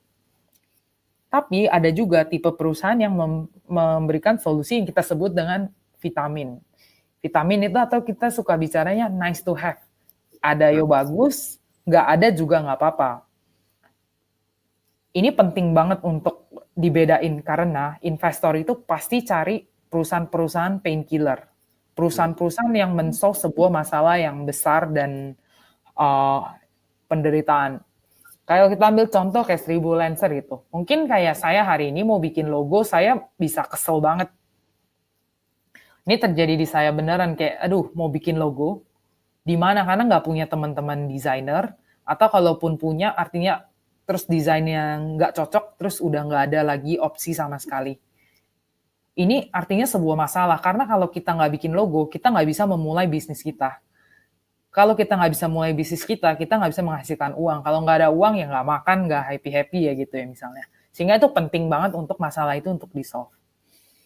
Contoh vitamin itu adalah unsur-unsur bisnis yang sebetulnya ada nggak? Ada yang nggak apa-apa, ada ya bagus, ya juga ya nggak apa-apa gitu. Kita katakan, saya suka pakai contoh, misalnya teman-teman pernah pakai foto editor ya. Foto editor kayak udah foto, terus warnanya diganti, terus dikasih emoticon kayak gitu. Apakah kalau nggak ada itu kita suka sebutnya vitamin? Kalau nggak ada itu, ya kita nggak apa-apa juga. Kalau ada ya cakepan dikit lah kelihatannya. Mungkin di post kelihatan lebih menarik. Kalau dari sisi investor, dia pasti pilih yang pertama. Karena jelas dia itu membuat sebuah value yang besar supaya ada yang kita sebut dengan produktivitas yang meningkat. Ketika dia bisa identify pain, dia men-solve sebuah masalah. Jadi solution yang dia offer itu, jadi ada dua layer dan ini berkesinambung sebetulnya. Problem yang di-identify haruslah problem-problem yang sifatnya sampai benar-benar penting, sehingga ketika kalian membuat solusi, kalian itu membuat solusi dari masalah yang penting juga. Itu problem sama solution. Setelah problem sama solution, kemudian yang penting itu kita udah identify nih, kita masuk industri tersebut, kita mau deliver sebuah produk, sebuah solusi yang kita sudah identify. Pertanyaan berikutnya adalah semua itu hanya rencana. Nah, baru iming-iming di-define solutionnya apa. Yang kemudian penting adalah go to market strategy. Go to market strategy itu sebetulnya pertanyaannya simple sih. Besok lu mau ngapain? Lusa lu mau ngapain? Bulan depan lu mau ngapain? 3 bulan depan lu mau ngapain? Ketika si founder itu sudah sangat mengerti. Jadi ketika selagi kita memberikan pertanyaan ini, founder itu akan kasih kita jawaban. Dan jawaban itu ini nggak bisa bohong. Itu akan memberitahu kayak sedalam apa sih si entrepreneur itu, pengusaha itu betul-betul mengerti apa yang dia harus lakukan. Contohnya ya, ini contoh hal yang lucu. Aku kadang pernah ketemu kayak founder, waktu itu dia mau bikin satu marketplace untuk mempertemukan pekerja yang harian di kafe-kafe atau untuk di restoran dengan bisnis. Lalu di bulan pertama di budget dia masukin budget untuk pasang iklan di billboard. Sehingga kita mengerti bahwa kita yang mengerti tentang industri, kita tahu itu go to marketnya salah banget. Betul. Dia mau pakai billboard harganya mahal, bagaimana dia menentukan efektivitasnya. Jadi itu salah satu yang seperti kita, wah ini udah nggak benar gitu. Atau dia misalnya bilang dia mau mentarget bisnis-bisnis yang buka toko misalnya ya di Mangga 2. Lalu dia punya budget digital marketing gede banget. Dia bilang mau pasang iklan di Google Ads dan mau di Facebook Ads. Itu sudah jelas kita tahu bahwa dia itu tidak mengerti apa yang harus dilakukan sama pasarnya. Jadi go to market strategy itu adalah si founder itu kemudian kita bisa melihat secara makro dan secara mikro. Si founder itu bagaimana dia menghadapi bisnisnya. Dan kalau kita zoom in ke dalam strategi setup itu kita ada sebutnya ada dua hal kayak market share atau unit economics. Jadi planning itu kita katakan planning itu dia akan akan kasih tahu kita cara pikir founder itu seperti apa. Dan biasanya ada dua hal ketika kita bicara sebuah perusahaan. Mau menang di mana? Mau menang di market share atau mau menang di unit economics. Ini ketika perusahaan, terutama perusahaan teknologi atau startup yang istilah katanya mungkin teman-teman udah sering dengar kalau bisnis startup itu ya belum untung, masih rugi ya. Kayak mungkin kalau teman-teman lihat Gojek sama Grab kok promo terus ya, kayak masih rugi ya. Nah ini kita bisa kotakan itu menjadi objektif si startup itu lagi apa sih? Kalau mereka jelas mereka sedang bertempur untuk mendapatkan yang namanya market share. Market share itu adalah kalau teman-teman nih misalnya sehari udah kebiasaan naik Gojek 3 kali. Si Gojek itu pengen berusaha untuk memastikan 3 kalinya teman-teman naiknya Gojek. Jadi dia berusaha mikir gimana caranya supaya kalian itu naiknya Gojek, bukan naiknya Grab, bukan naiknya ojek pinggir jalan, ataupun lain-lain. Berbeda mentalitasnya dengan ketika kita ngomongin unit economics. Unit economics bahasanya agak kompleks sih, tapi sebetulnya ini intinya adalah ketika kita menjual satu produk atau service kita sebenarnya untung atau enggak sih. Kalau Gojek itu kita udah tahu ya sebetulnya itu rugi ya, kayak misalnya jualnya segitu, ada promo, diskon, dia bayar ke driver lebih mahal. Artinya biaya untuk mendeliver service tersebut jauh lebih tinggi daripada uang yang didapat dengan mendeliver bisnis.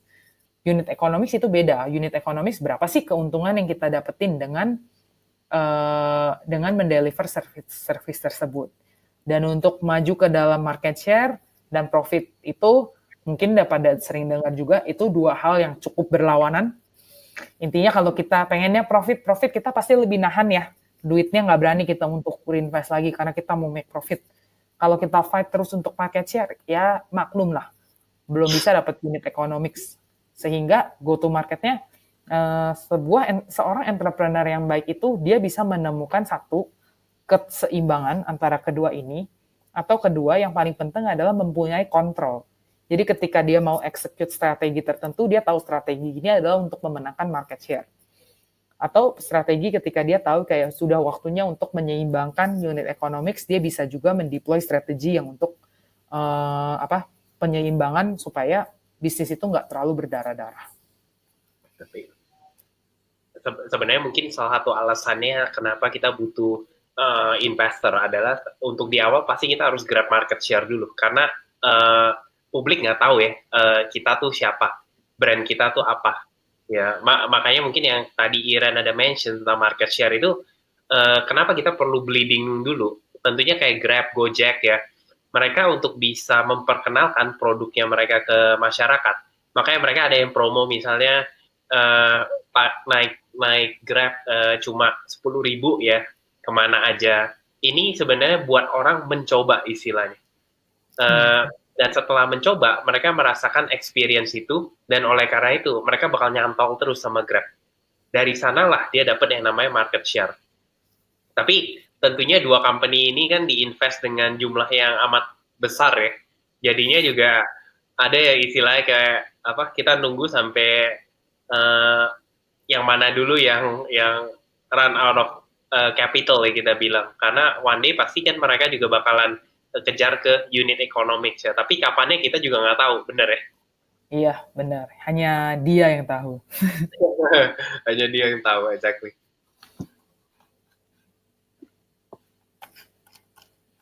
Oke, Kita next ya. next ya. Nah, Oke. kemudian ini juga menarik. Ini ada yang kadang kan ketika kita mau bikin sebuah solution yang kayak tadi kalau aku emphasize lagi, ketika kita mau bikin sebuah bisnis yang besar dengan ambisi yang besar, kita punya sebuah visi bahwa negara ini atau suatu industri itu akan berubah. Dan kita menjual namanya visi dan misi. Kita mau industri ini berubah menjadi seperti bla bla bla bla. Contohnya 2009 ya, waktu itu nggak kayak gini. Ini kan enak nih, kita mau internet udah lumayan. Walaupun nggak sempurna, tapi udah sangat enak. Kita bisa, sekarang lagi 51 orang, berbeda-beda tepatnya, kita bisa ngobrol di dalam avenue yang sama. Infrastruktur itu udah bagus. Mungkin ada teman-teman sambil pesan food delivery untuk datang makan di rumah. Atau ada juga yang lagi sambil belanja online. Dulu tapi nggak kayak gini. Dulu waktu pertama kali kita invest di Tokopedia ya 2009 itu dulu masih pakai Telkomnet. Telkomnet instan ya. Mau connect internet mesti dicolok kabel, terus harus kena biaya yang cukup mahal dan segala macamnya.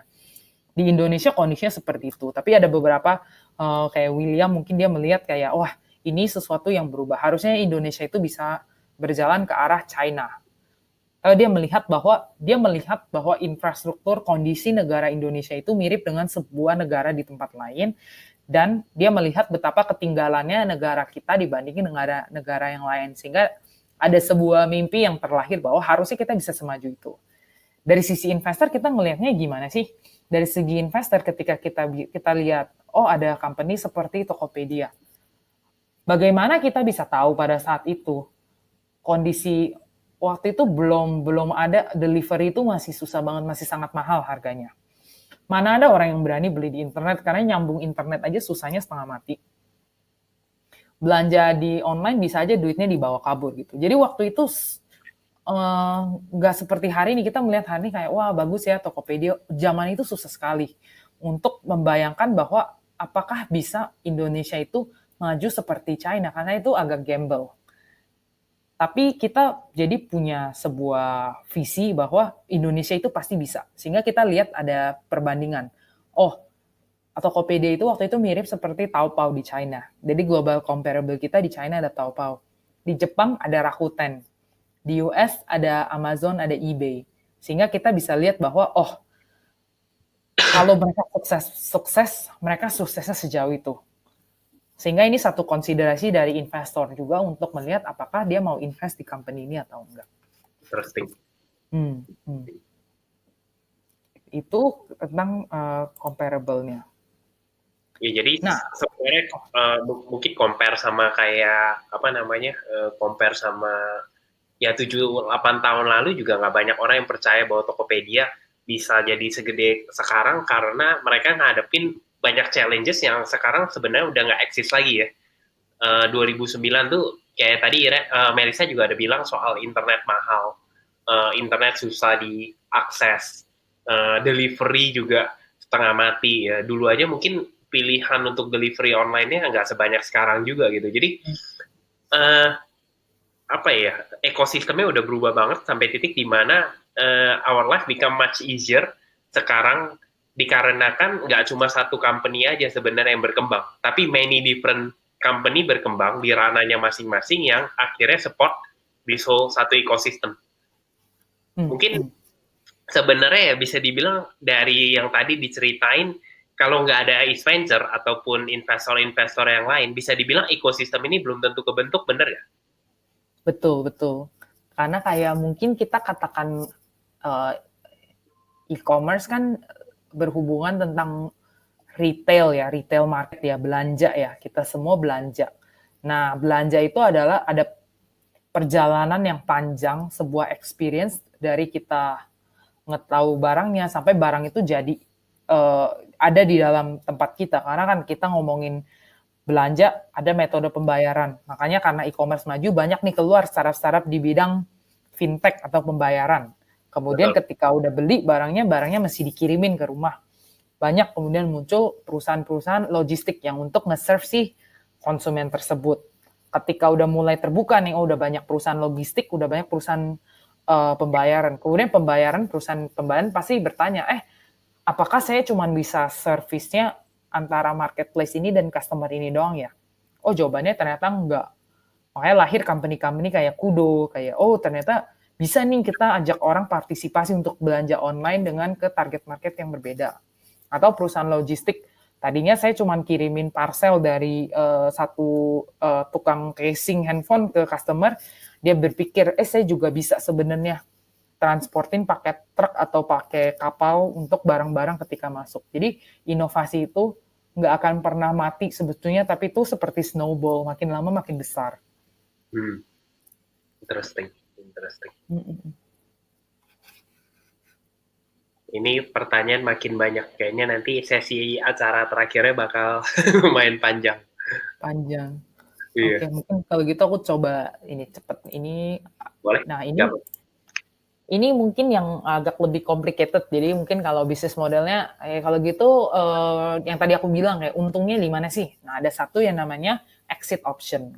Jadi kita udah masukin $1, katakanlah ya, kapan sih $1 ini berubah bentuk menjadi nilai yang lebih besar yang kemudian bisa dinikmati oleh si investor tersebut. Ada dua yang cukup populer. Atau sebetulnya ya hanya dua inilah pilihannya, antara satu atau dua, atau pilihan ketiga ya dia turn profitable, atau kemudian pilihan keempat ya dia selesai itu, dia mati. Ketika investor milih sebenarnya dia pengen lihat kayak sebenarnya saya exit optionnya apa sih. Nah, yang pertama IPO atau initial public offering, di mana perusahaan itu sampai ke dalam satu tahap di mana dia sangat besar sehingga kepemilikan dari perusahaan tersebut itu bisa dimiliki private, bisa juga dimiliki oleh public. Public artinya siapapun bisa memiliki saham tersebut. Untuk sampai ke tahap ini tentunya banyak milestone-milestone yang harus dilewati. Ada minimum penghasilan yang harus dicapai, atau minimum aset yang dia sudah harus bisa dapatkan. Ada juga kemampuan untuk dia memanage informasi yang company punya kepada publik. Jadi ini sudah di level di mana company ini benar-benar kita katakan sangat dewasa dari segi pengaturan perusahaan, pengaturan keuangan, juga kemenangan dalam market share. Opsi kedua adalah M&A, itu mergers and acquisition.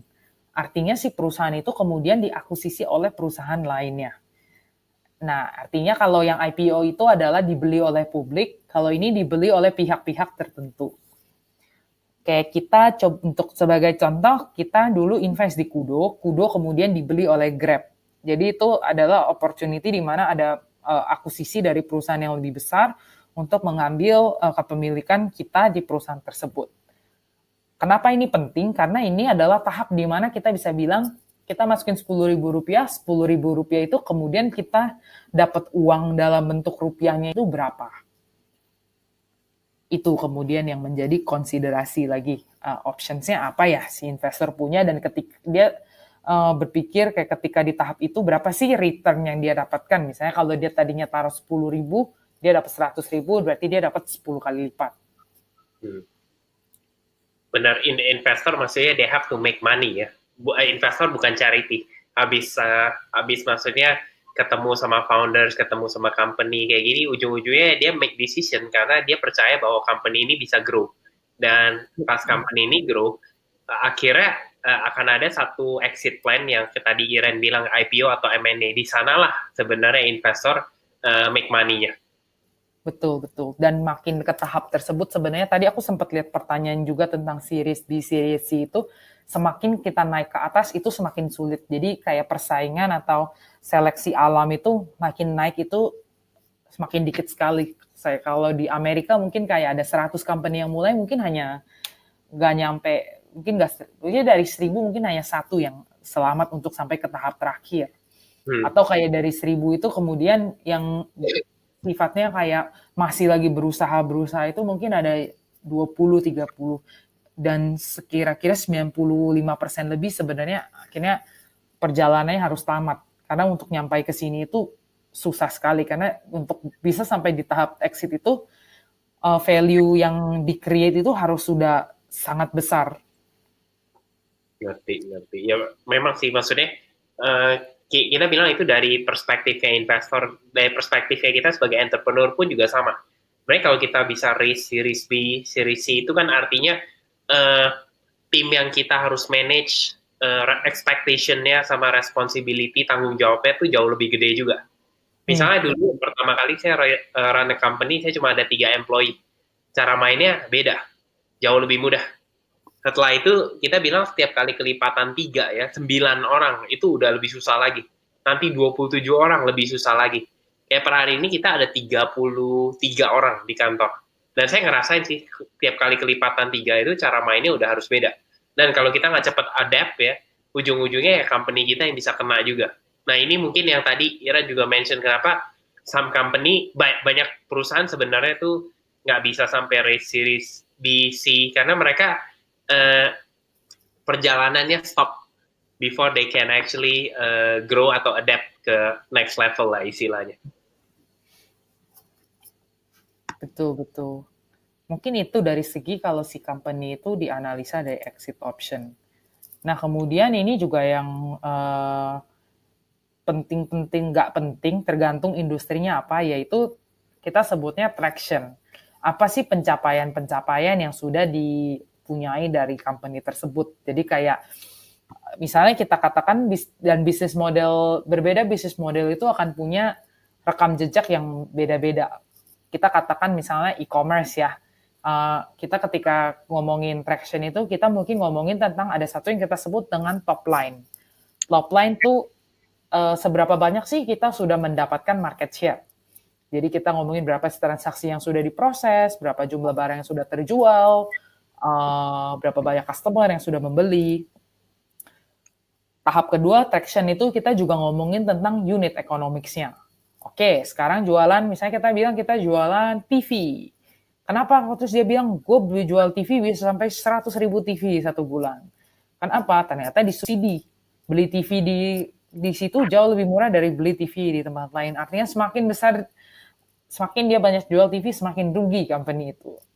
Berarti di dalam unit ekonomik sebetulnya itu kita menjadi satu catatan bahwa wah ini berarti untuk ngejualnya aja di dalam harga modalnya aja dia udah rugi. Belum lagi kalau ada lagi ongkos logistiknya untuk kirim barangnya, ada lagi untuk kayak dia bayar pakai credit card, ada payment processing fee-nya lagi.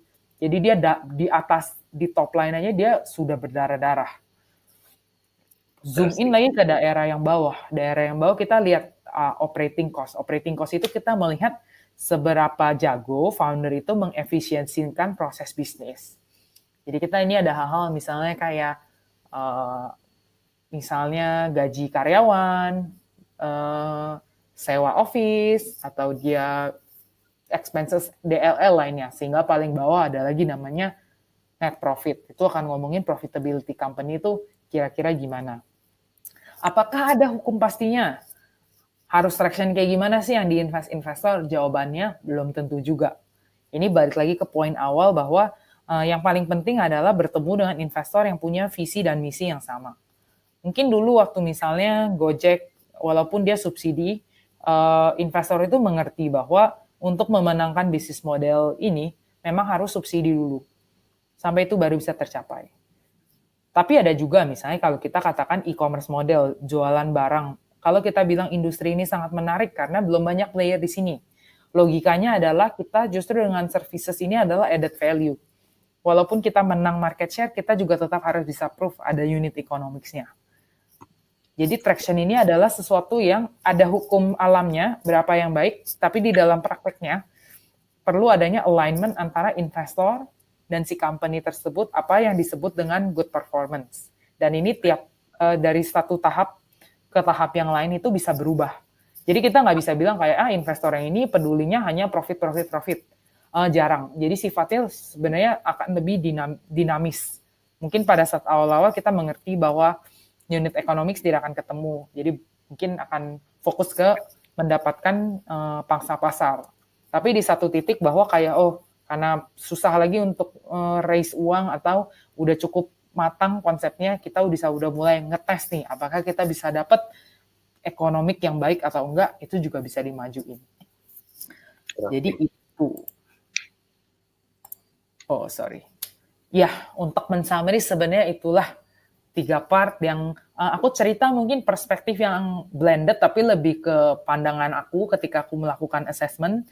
Tapi untuk aspeknya nggak berubah, hanya saja cara penilaian pasti satu investor dengan investor lainnya punya preferensi yang berbeda-beda. Interesting, dan juga mungkin tadi ya Iren mention tentang traction juga ya. Kadang kita juga kapan harus kejar market share sama kapan harus kejar unit economics. Artinya kalau kita kejar market share akan ada expense yang dikeluarkan. Oleh karena itu kita juga mesti tahu capital kita ada berapa banyak. Kalau misalnya capital kita juga udah mau habis, artinya kita juga mesti pikir nih, kalau mau kejar market share lebih jauh ya, jangan sampai nanti capital kita punya maksudnya uang habis dan ujung-ujungnya malah company mesti tutup ya. Jadi jadi entrepreneur juga mesti pikirin gimana nih supaya bisa nambahin capital lagi, karena kita mungkin ngerasa kita udah ke arah yang benar nih, kita belum bisa nih masuk ke unit ekonomi, kita tetap harus fokusnya ke market share gain traction di sana dulu lah istilahnya. Tapi gimana ya, saya pernah maksudnya di situasi ya kejar-kejaran sih antara kalau saya kejar market share, ujung-ujungnya company bisa mati lebih cepat karena uang yang dipakai lebih banyak gitu. Ya, been in that kind of situation before, dan mungkin ini juga sambil dari tahun ke tahun jadi belajar juga on how to manage the company better. Karena yang paling tahu situasinya company itu seperti apa kan ujung-ujungnya tetap foundernya. Cuma investor ada di company kita dan mereka juga di situasi yang sama karena investor udah masuk ke dalam. Artinya apa yang investor rasakan, apa yang founder rasakan juga. Kalau misalnya the company untung, ya investor dan founder juga sama-sama untung. Kalau bisa company rugi atau sampai tutup, ya kita ngerasain semuanya sama-sama ya. Jadi bisa dibilang our existing investor ya our best friend. Semoga iya ya, bener ya Ryan ya. Betul. Kadang saya juga sering ngobrol sama teman-teman yang lain. Kadang saya ngerasa juga mereka yang lagi pengen fundraise, cari investor baru. Sometimes attention-nya ke investor yang baru itu jauh lebih banyak daripada existing investor. Dan menurut saya itu salah besar. Apapun yang terjadi, existing investor yang langsung bisa bantu kita, bukannya new investor yang belum masuk ke company kita.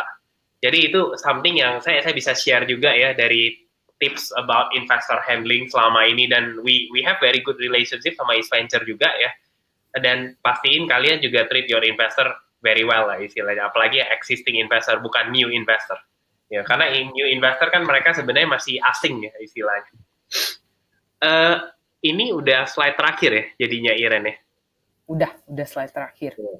Wah, luar biasa banget hari ini, sharingnya juga bener-bener dalam banget ya. Dan saya yakin sampai detik ini aja masih ada hampir 50 orang yang stay di sini, dan pertanyaan yang di-share juga bagus-bagus.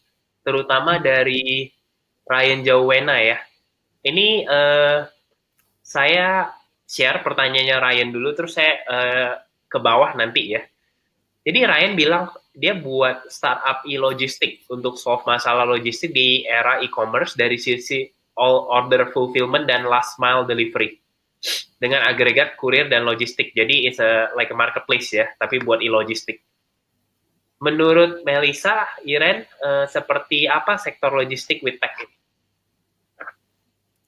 Ini cukup menarik karena ketika order itu mulai banyak, sebetulnya dari segi e-commerce atau dari segi brand, kita katakan ya, di mana sebuah company yang dia punya aktivitas, dia harus mendeliver produknya ke customer, ini adalah satu area yang dia belum terbiasa untuk lakukan. Namanya fulfillment itu kan gimana dari yang kita terima bulk, kemudian di pack jadi kecil. Apakah ada value? Ada. Yang menjadi penting itu adalah bagaimana kita bisa efisien. Efisien dalam arti kalau kita ngomong efisiensi itu adalah kita keluarin semakin besar order yang kita terima, cost untuk menfulfill order tersebut harusnya menjadi lebih murah. Benar nggak kayak gitu? Istilahnya sesimpel apa sih? Kita bungkus pakai apa? Bungkus pakai kardus, bungkus pakai selotip, bungkus pakai ngeprint. Beli selotip, beli kardus makin banyak kita beli sama supplier, bargaining power kita makin tinggi. Kita beli dengan harga lebih murah. Artinya kalau kita bisa grab banyak order, kita bisa mendeliver parcel dengan harga yang lebih murah.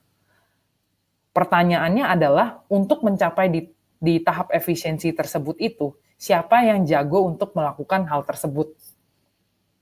Gimana caranya kita itu bisa kita misalnya udah tahu nih, ini kan intinya ketika kamu melakukan ini, kamu itu pengen solve inefficiency yang terjadi supaya perusahaan yang, atau misalnya kita ngomong UKM lah, dia fokus untuk mengerjakan apa yang dia kerjakan. Dia mau marketing, dia mau sales, atau misalnya e-commerce dia pengen fokus ke dalam product development, ini kalau bisa di-outsource ke dia. Banyak company yang saya ketemu sebetulnya problemnya adalah masih belum ketemu scale-nya. Karena untuk bisa sangat kompetitif di level itu, ketika kamu mau jual produk kamu nih, saya katakanlah ke e-commerce, kamu ke Lazada, kamu bilang, udahlah, Lazada daripada kamu yang kerjain, aku aja yang kerjain. Lazada akan hitung, lebih murah, saya kerjain saya ini sendiri, atau saya kasih kamu yang kerjain ini. Pertanyaannya adalah, kalau misalnya dia hitung-hitung sendiri, ternyata dia itu masih lebih murah, dia akan bilang, ya udah gue kerjain aja sendiri. Tapi kalau kamu bilang kayak, enggak, ada cara di mana kalian bisa ngerjain ini dengan lebih murah. Baru itu make sense, barulah kamu dapat order dari dia. Kemudian pertanyaan berikutnya adalah harus maju lagi. Karena ini nggak terbatas, makin besar kita dapat demand, bargaining power kita ke supplier itu semakin tinggi. Jadi kalau pertanyaan ke sektor ini sangat menarik. Tapi sektor ini nggak mudah. Kalau kita ngomongin barrier to entry, ini barrier to entry-nya cukup tinggi. Ya, saya lumayan setuju juga. Saya mungkin bisa kasih a few opinion juga ya tentang e-logistik ya. Menurut saya, maksudnya dengan e-commerce sama marketplace ini growing, pasti supporting business bakal grow. Yang paling gede itu logistik menurut saya juga. Selain payment ya misalnya gitu. Jadi, tapi the thing about logistik itu kan istilahnya gini, misalnya saya beli suatu barang digital ya lewat website, delivery-nya langsung lewat website itu. Tapi kalau saya beli barang fisik sebanyak 100 buah dan 100 buah itu mesti dikirim ke 100 alamat yang berbeda, artinya akan ada 100 kali packingan yang dilakukan dan masing-masing itu dilakukan manual sama orang. Karena belum bisa by robot lah istilahnya. Nah, tadi Ira ada bilang soal efisiensi sama inefisiensi. Artinya kalau kita mau ada 10.000 order, tentunya ada 10.000 packingan yang mesti dilakukan. Cuma yang saya tadi kepikiran pastinya kalau e-logistik adalah, dulu mungkin orang atau driver itu kirim barang ke satu tempat aja atau mampir ke 2 tempat. Tapi sekarang dengan kita udah bisa tahu lalu lintasnya pengiriman kemana, mungkin satu kali pengiriman udah langsung bisa ke 5-10 destination. Dan in return, jadi itu semua become very efficient, ongkosnya juga jadi lebih kecil, dan lebih cepat ya pengirimannya. Yang tadinya mungkin bisa nyampe 5-6 hari, sekarang cuma 2-3 hari, or even faster lagi lah istilahnya. Tapi, menurut saya ini problemnya gede banget. Cuma kalau personally, Ryan nanya ke saya belum bisa untuk scale up-nya itu memang untuk harus aggregate dengan banyak logistik company. I think making sure kualitas pengirimannya, scheduling dan lain-lainnya sesuai sama SOP-nya atau expectation-nya kita penting banget sih menurut saya di sana. Jadi maintaining atau curating ya kita punya vendors logistik itu penting banget. Ini ada pertanyaan lagi dari OG. OG jadi nanya, kondisi di Indo terkait series B dan series C masih normalkah versus market lain atau anomali? pasti setiap negara itu tergantung kondisinya itu akan. Jadi kita nggak bisa bilang kayak oh Indonesia lebih dikit jadi anomali, bukan. Karena kita harus balik lagi apakah market ini udah develop atau masih developing gitu. Karena kalau memang masih developing kita tidak bisa ambil market develop itu sebagai patokan. Nah, kondisinya sekarang itu Series B, Series C itu emang jauh banget bedanya dari yang Series A itu menurut saya itu bukan normal atau gimana ya. Tapi itu kelihatan, maksudnya itu terprediksi situasi hari ini itu bisa terjadi. Karena karakter Indonesia ya kita konsumennya banyak, terus banyak yang di tahap kita katakannya consuming middle class, karena dia udah mulai punya uang, dia mulai untuk berani untuk spend di dalam consumption. Jadi bukan sifat-sifat yang produktif atau investing, tapi lebih untuk mengkonsumsi. Sehingga perusahaan-perusahaan pasti melihat market ini, wah ada satu market di Indonesia, penduduknya baru mulai lahir, artinya persaingan itu masih bisa cukup dibentuk, jadi banyaklah yang berbondong-bondong datang untuk mau masukin capital ke sana atau mau bikin bisnis di sini. Tapi selalu ada point of kita sebutnya apa ya? Saya nggak mau pakai kata bubble, tapi mungkin kayak namanya saturation, keramaian. Karena kayak kita invest, katakanlah mungkin teman-teman sadar banyak ada beberapa e-commerce yang mungkin 3 atau 4 tahun lalu dulu tuh relevan, tapi hari ini udah nggak ada. Karena dia nggak selamat dengan kompetisi yang ada, dia nggak mampu untuk bersaing dengan makin tingginya kompetisi yang muncul di lapangan. Kondisi di Indonesia sekarang kalau dibandingin misalnya market yang lebih develop itu sebetulnya apakah kalau company itu banyak sampai bisa tahap series B. Kenapa sih? Oh iya, dia berhasil mendapatkan pangsa pasar. Dia makin lama makin pinter. Investor, entrepreneur juga makin jeli dalam memilih mau niche market apa sih. Dulu mungkin semua orang pilih maunya e-commerce. Akhirnya uang ada capital, pembagian capital itu nggak efisien. Ngapain sih punya 10 e-commerce company yang bertarung untuk customer yang sama. Akhirnya customer dapatnya promo tapi nggak setia sebetulnya. Di market yang lebih maju itu karena udah mulai lebih terprediksi kan consumer behavior-nya seperti apa, lahirlah company-company yang mungkin hari ini kita belum lihat di Indonesia keluar karena masih belum kelihatan behavior-nya. Di Indonesia yang terjadi ya yang company yang memang udah nggak relevan itu memang udah gugur. Sekarang persaingan lapangan siapa sih yang bagus yang akan make it to tahap berikutnya. Jadi investor itu sebetulnya juga ada satu kewajiban moral, artinya kita nggak boleh sembarangan memberikan modal itu ke perusahaan kasih dengan sembarangan, karena itu bisa dampaknya sebenarnya buruk untuk pasar, karena kalau company itu memang tidak mempunyai aspek-aspek yang baik atau yang aku bilang tadi itu sebenarnya apakah marketnya udah keramaian atau apa, sebenarnya aku sekarang lebih berani untuk frank ngomong ke entrepreneur, mendingan jangan bikin company yang kayak gitu, karena itu akan buang-buang waktu dia dan juga tidak bagus untuk environment. Benar, misalnya kita buat something kayak vitamin ya, kayak istilahnya pemanis saja sebenarnya nice to have company, karena itu juga ujung-ujungnya nggak bakal kemana-mana. Saya sendiri pernah pengalaman buat company seperti itu. Habis 6 bulan saya matiin juga. Jadi hal kayak gini ini lumayan penting. Tapi kadang kan kalau kita nggak ngalamin sendiri, kita juga idealismenya ngerasa bahwa itu tuh sebenarnya painkiller bukan vitamin misalnya gitu. Jadi kadang-kadang ada hal yang dimana kita harus jalanin sendiri, kita baru ngerasain bahwa oh ternyata. Ada pertanyaan dari Samuel ya tadi sebelum-sebelumnya, bagaimana peluang seseorang yang berkarakter baik, punya ambisi dan mimpi yang besar, inisiatif produk yang sangat menarik untuk market share yang cukup besar, namun tidak punya networking. Nah ini saya bantu jawab mungkin ya Iren ya. Sebenarnya saya itu cari investor kita yang kedua, sebenarnya networknya juga belum banyak. Jadi yang saya lakukan, saya ke Google, saya ketik siapa investor yang lagi nyari company di Indonesia, dan saya emailin aja satu-satu. Jadi sebenarnya caranya cara yang istilahnya paling straightforward.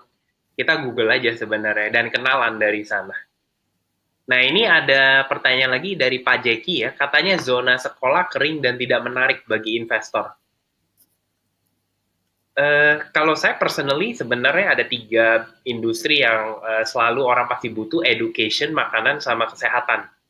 Jadi kalau education itu menurut saya pasti selalu dibutuhkan ya. Cuma pertanyaannya adalah sama lagi, serviceable marketnya itu mau di mana? Tentunya kalau kita mau buka sekolah, kita jangan buka sekolah lagi di Jakarta nih. Karena di Jakarta udah yang kayak tadi Iren bilang udah saturated ya.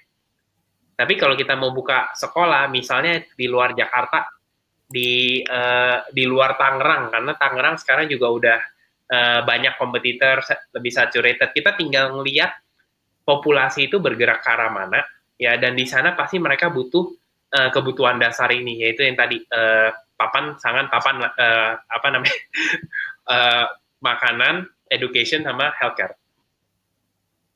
Sorry ya, ini saya rada cepet jawab soalnya pertanyaan banyak juga. Nah, ini mungkin ada pertanyaan yang lumayan bagus buat Iren ya. Kalau EV sepertinya fokus untuk tech startup. Ada informasi visi yang interest di non-tech startup seperti tourism. Dari Ada Ran. pilihan lain tuh sebetulnya mungkin ke angel network kali ya. Ke individual yang interested di bisnis-bisnis sesuai dengan passion dia sebagai individu. Lebih ke angel network ya jadinya ya. Angel investor. Oke, ini ada pertanyaan dari Yani. Apakah visi akan mensyaratkan untuk menggantikan eksekutif di perusahaan sebelum menanamkan modal kalau dilihat eksekutifnya ada yang kurang skillful atau karakter kurang baik? Enggak, karena kita itu pasif. Mungkin katakan apa ya, kita itu bukan datang untuk kayak obok-obok dan kontrol. Kita itu sangat bergantung. Kalau kita bahas tadi tentang kolateral kita apa sih? Kolateral kita ya founder itu sendiri gitu. Jadi kalau kita nggak confident dengan foundernya, sudah pasti kita nggak masuk. Karena ide itu hanya ide, yang penting itu eksekusi. Dan yang bisa eksekusi itu harus foundernya, karena kayak yang employee, apa yang tadi aku bahas, bahwa company yang successful itu selalu punya jiwa dan soul-nya. Dan itu sangat bergantung pada siapa yang mimpin company-nya. Benar sih. I think mimpi atau visi dari company itu kan pasti tercipta sama foundernya. Makanya itu yang mesti ditularin juga ke tim ya. Baru mereka punya impact atau jiwa yang sama untuk melakukan impact yang sama. Jadi kalau di awal-awal kita udah harus ganti eksekutifnya, mungkin jadi investor jadi alert juga ya sebelum masuk. Meskipun misalnya kalau marketnya besar, bagus banget, apa seksi banget misalnya marketnya gitu, mungkin lebih baik decisionnya nggak masuk kalau kayak gitu. Atau cari tim lain yang bisa eksekusi di market tersebut. Betul, betul. Pengalaman jam terbang, skill atau karakter yang dilihat investor dan dari komposisi co-founding team. Pengalaman. Mungkin komposisi co-founding team tuh harusnya kayak gimana sih, Melissa? Komposisi co-founding team. Jadi ini mungkin kalau buat teman-teman yang baru mau mulai itu, kalau bisa cari teman-teman yang kita katakan itu complementary skills. Jadi coba kalau teman-teman ketika mau bikin company, kita bayangin ketika company-nya itu besar gitu. Kalian pasti punya tim-tim yang berbeda-beda, dan kalau bisa kan sebetulnya efisiensi itu satu orang itu menghandle beberapa tim kan. Kalau sama-sama jago di sales, siapa yang take care produk? Atau kalau sama-sama jago produk, nanti siapa yang take care of the finance gitu misalnya. Jadi kalau founder itu sebetulnya dia harus generalis, tapi dia juga spesialis. Oke. Intinya sebisa mungkin itu diversified, tapi di sisi lain jangan sampai dia benar-benar di dalam kotak itu dan cuma pengennya kerjain apa yang dia suka. Jadi founder itu sebenarnya semuanya harus dikerjain. You like it or not lah istilahnya. Tapi memang perlu ada expertise-nya. Kayak kalau saya disuruh untuk coding ya saya pasti nggak bisa. Dan apa namanya, tapi di sisi lain saya juga nggak cuma fokusnya di digital marketing aja. I need to be able to handle misalnya operation juga, mau handle produk juga harus bisa ya, dan lain-lainnya. Thank you buat jawabannya juga. Ini langsung ada peminatnya. Bagaimana caranya untuk kita ajukan bisnis startup kita untuk East Venture? Boleh aku ketikin. Ini bisa di email ke Dan ini ada di website kita juga, ke info@is.vc. Oke. Ada pertanyaan terakhir ya. Oh, Ryan, thank you juga buat ininya, udah direspon ya. All the best juga buat company-nya ya, yang e-logistik. Pak Jeki juga thank you. Ajakin juga teman-temannya ke depannya ikut webinar kita, Pak. Uji juga sama-sama thank you juga buat Iren, buat insight-nya juga tentang series B dan C. Buat Rama, tadi yang di-mention ya, itu bisa cari angel network. Jadi angel itu lebih seperti pemodal tapi tipenya perorangan ya, bukan company. Pertanyaan terakhir dari Arif, bagaimana mengenai startup daerah? Apakah memungkinkan mendapatkan funding dan apakah startup daerah harus pindah kantor ke Jakarta untuk mendapatkan funding? Sebetulnya lokasinya itu bukan menjadi masalah sih. Itu belum jadi satu konsiderasi. Cuman apakah daerah atau enggak mungkin dibalikin lagi ke kemana. Jadi kalau kita balikin lagi ke cara ngitungnya kayak market apa sih yang mau diservis, pada akhirnya company ini mau dibawa kemana. Pertanyaannya adalah apakah di daerah itu tuh menjadi sebuah ada pengaruhnya atau enggak, ada opportunity atau enggak. Kayak kita juga ada invest beberapa company yang base-nya enggak di Jakarta. Misalnya dulu waktu kita invest IDN Media, dia base-nya di Surabaya. Mulai-mulai karena memang keluarganya memang orang Surabaya, pulang Jakarta ya Surabaya, lebih kenal, hiring bisa lebih cepat apa. Tapi seiring berjalannya waktu mereka sadar pangsa pasar ketika kita mau menjadi besar harus ke Jakarta. Karena klien semua di Jakarta. Kalau di Surabaya mau ketemu nggak bisa, akhirnya deal-nya nggak jadi. Atau nanya-nanya dikit kayak nggak ketemu, akhirnya dia lebih pilih ketemu sama dia lebih pilih untuk kasih deal-nya ke agensi yang ada di Jakarta karena bisa ketemu, ngejelasinnya lebih mudah. Nah, jadi sifat-sifat seperti ini adalah yang bikin kemudian dia ya udah di Surabaya saya taruh operation, tapi semua yang client facing, semua yang hubungan operasional dia pindahin ke Jakarta. Nah, ini adalah gerak-gerak yang kita sebut dengan fluid ya. Jadi kita harus bisa baca pasar itu geraknya kemana dan kita terlepas dari apakah di daerah apa enggak, yang lebih penting adalah apa sih yang harus dilakukan untuk memenangkan pasar tersebut. Interesting. Ini ada pertanyaan paling terakhir dari William, menarik tentang pain. Bagaimana kalau kita bicara tentang game? Jelas itu tidak ada pain, malah kita yang menciptakan pain atau kalau ketagihan. Tapi kalau kita lihat game semacam Mobile Legends dan PUBG itu very profitable dan very big. Gimana menurut Melissa tentang game company? Game company tentunya menarik, tapi ini juga jadi satu pertimbangan yang perdebatannya lagi lumayan menarik. Karena kalau game itu sebetulnya ada satu industri yang teman-teman mungkin suka main Mobile Legends, terus sekarang mulai nih keluar artis-artis atau ada karir yang tercipta, lapangan pekerjaan yang diciptakan karena game-game tersebut ketertarikan masyarakatnya itu sangat tinggi, sehingga keluarlah satu industri yang bagus. Menurut saya sebetulnya ini itu adalah opportunity yang baik. Ini adalah sebuah industri yang lahir karena adanya perubahan infrastruktur. Ternyata kebiasaan manusia ternyata memang suka main game kan. Ternyata di game itu di mobile jauh lebih mudah. Nah, ini kemudian jadi opportunity buat banyak sekali advertising company untuk reach out ke konsumen. Dia menggunakan medium game untuk masuk ke dalam customer. Tapi untuk kita bicara tentang ketagihan, itu sebetulnya gimana ya? Ini sebetulnya industri yang kemudian perlu untuk balance, kita sebutnya balancer. Industri ini sangat baik untuk kenaikan adanya reformasi di dalam dunia advertising, karena game itu sudah bukan konsumsi game saja, tapi kemudian ini masuk ke ranah advertising. Itu satu inovasi yang sangat bagus dan brand atau orang-orang kreatif itu sangat celebrate fenomena ini karena ternyata ada loh platform di mana engagement itu sangat tinggi.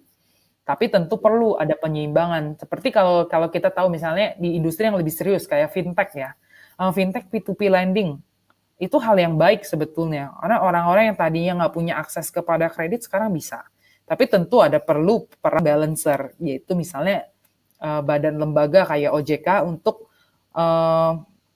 untuk make sure bahwa tidak ada praktis-praktis yang tidak baik ke dalam industri tersebut. Jangan sampai orang kemudian karena pinjam uang nunggak nggak bisa bayar. Sama juga di game, jangan sampai main game sampai kemudian nggak makan, kemudian sakit masuk rumah sakit ya.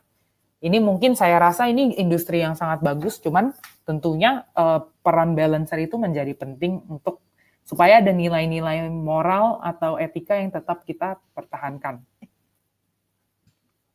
I see. Ya, I think maksudnya industri game itu benar kayak tadi Iren bilang sih. Kalau dibilang kan maksudnya painkiller ataupun vitamin it's gimana ya, gray area lah istilahnya.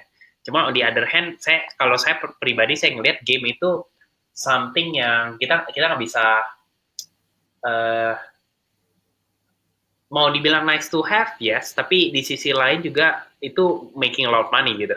Jadi kayak bukan suatu produk yang benar-benar kalau saya pribadi ngerasa yang diciptakan untuk nge-solve suatu problem, sebenarnya enggak. Menurut saya ya, tapi dari game itu tercipta banyak istilahnya impulsive buying. Kita masuk di dalam suatu maze ya, teka-teki, zona di mana kita pengen lebih better lagi di dalam game itu. Oleh karena itu kita melakukan suatu purchase, dan pada saat bersamaan kita ngerasa pas main game itu jadi refreshing. Jadi ada aspek psikologinya yang membuat game ini menjadi suatu bisnis malah. Jadi kalau saya ngelihatnya lebih ke arah sana daripada suatu game ya. Mau dibilang itu pure startup, it's a company, it's a perusahaan ya. Cuma mungkin cara persepsinya itu berbeda sama kayak misalnya di Seribu Lancer. Kalau misalnya kita nggak menjembatani antara bisnis sama freelancer, tentunya nyari freelancer designer, videographer bakal susah gitu.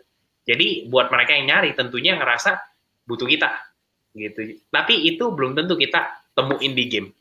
Game itu banyak permainan psychological sama impulsiveness lah istilahnya. Kalau my two cents lah. Makanya beberapa game yang benar-benar sukses kayak Clash of Clans kayak gitu, kalau nggak salah mereka habis buat 50 game baru ada satu yang sukses gitu. Dan itu yang sebenarnya hit the hook daripada psikologi orang. Oh, ada lagi last question. Kalau masih boleh bertanya, apakah VC bisa tertarik pada startup yang bisa mengumpulkan user menggunakan aplikasi gratis? Penghasilan dari periklanan. Pengalaman yang kita lihat banyaknya gagal sebetulnya. Soalnya user itu dia ternyata banyak hipotesanya adalah kalau kita misalnya dulu Cipika mungkin ada yang pernah dengar ya, kayak kalian kita disuruh nonton, kita disuruh main sesuatu terus kita dapat reward, ada gamification supaya ada beli airtime lah, advertising, nonton. Secara logika memang make sense ternyata, tapi waktu ada yang startup melakukan itu pas dites di market ternyata gagal. Insights-nya adalah reward-nya nggak segede itu untuk waktu mereka. Jadi saya disuruh nonton iklan tapi kayak dapat pulsa 1.000 perak gitu, buat mereka kayak nggak worth it, dan mereka juga nggak merasa itu bagus. Nah dari sisi brand juga merasa kayak ya kan cuma nonton satu video doang, conversion-nya buat gue juga nggak sebagus itu. Jadi 1.000 itu maksimal yang mau dia keluarin. Jadi apa yang jadi di supply market, mungkin yang di tengah-tengah itu kan nyeimbangin supply dan demand. Ternyata titiknya itu nggak ketemu sekarang. Interesting. Ya kadang kita cuma bisa tahu setelah kita coba kan ya.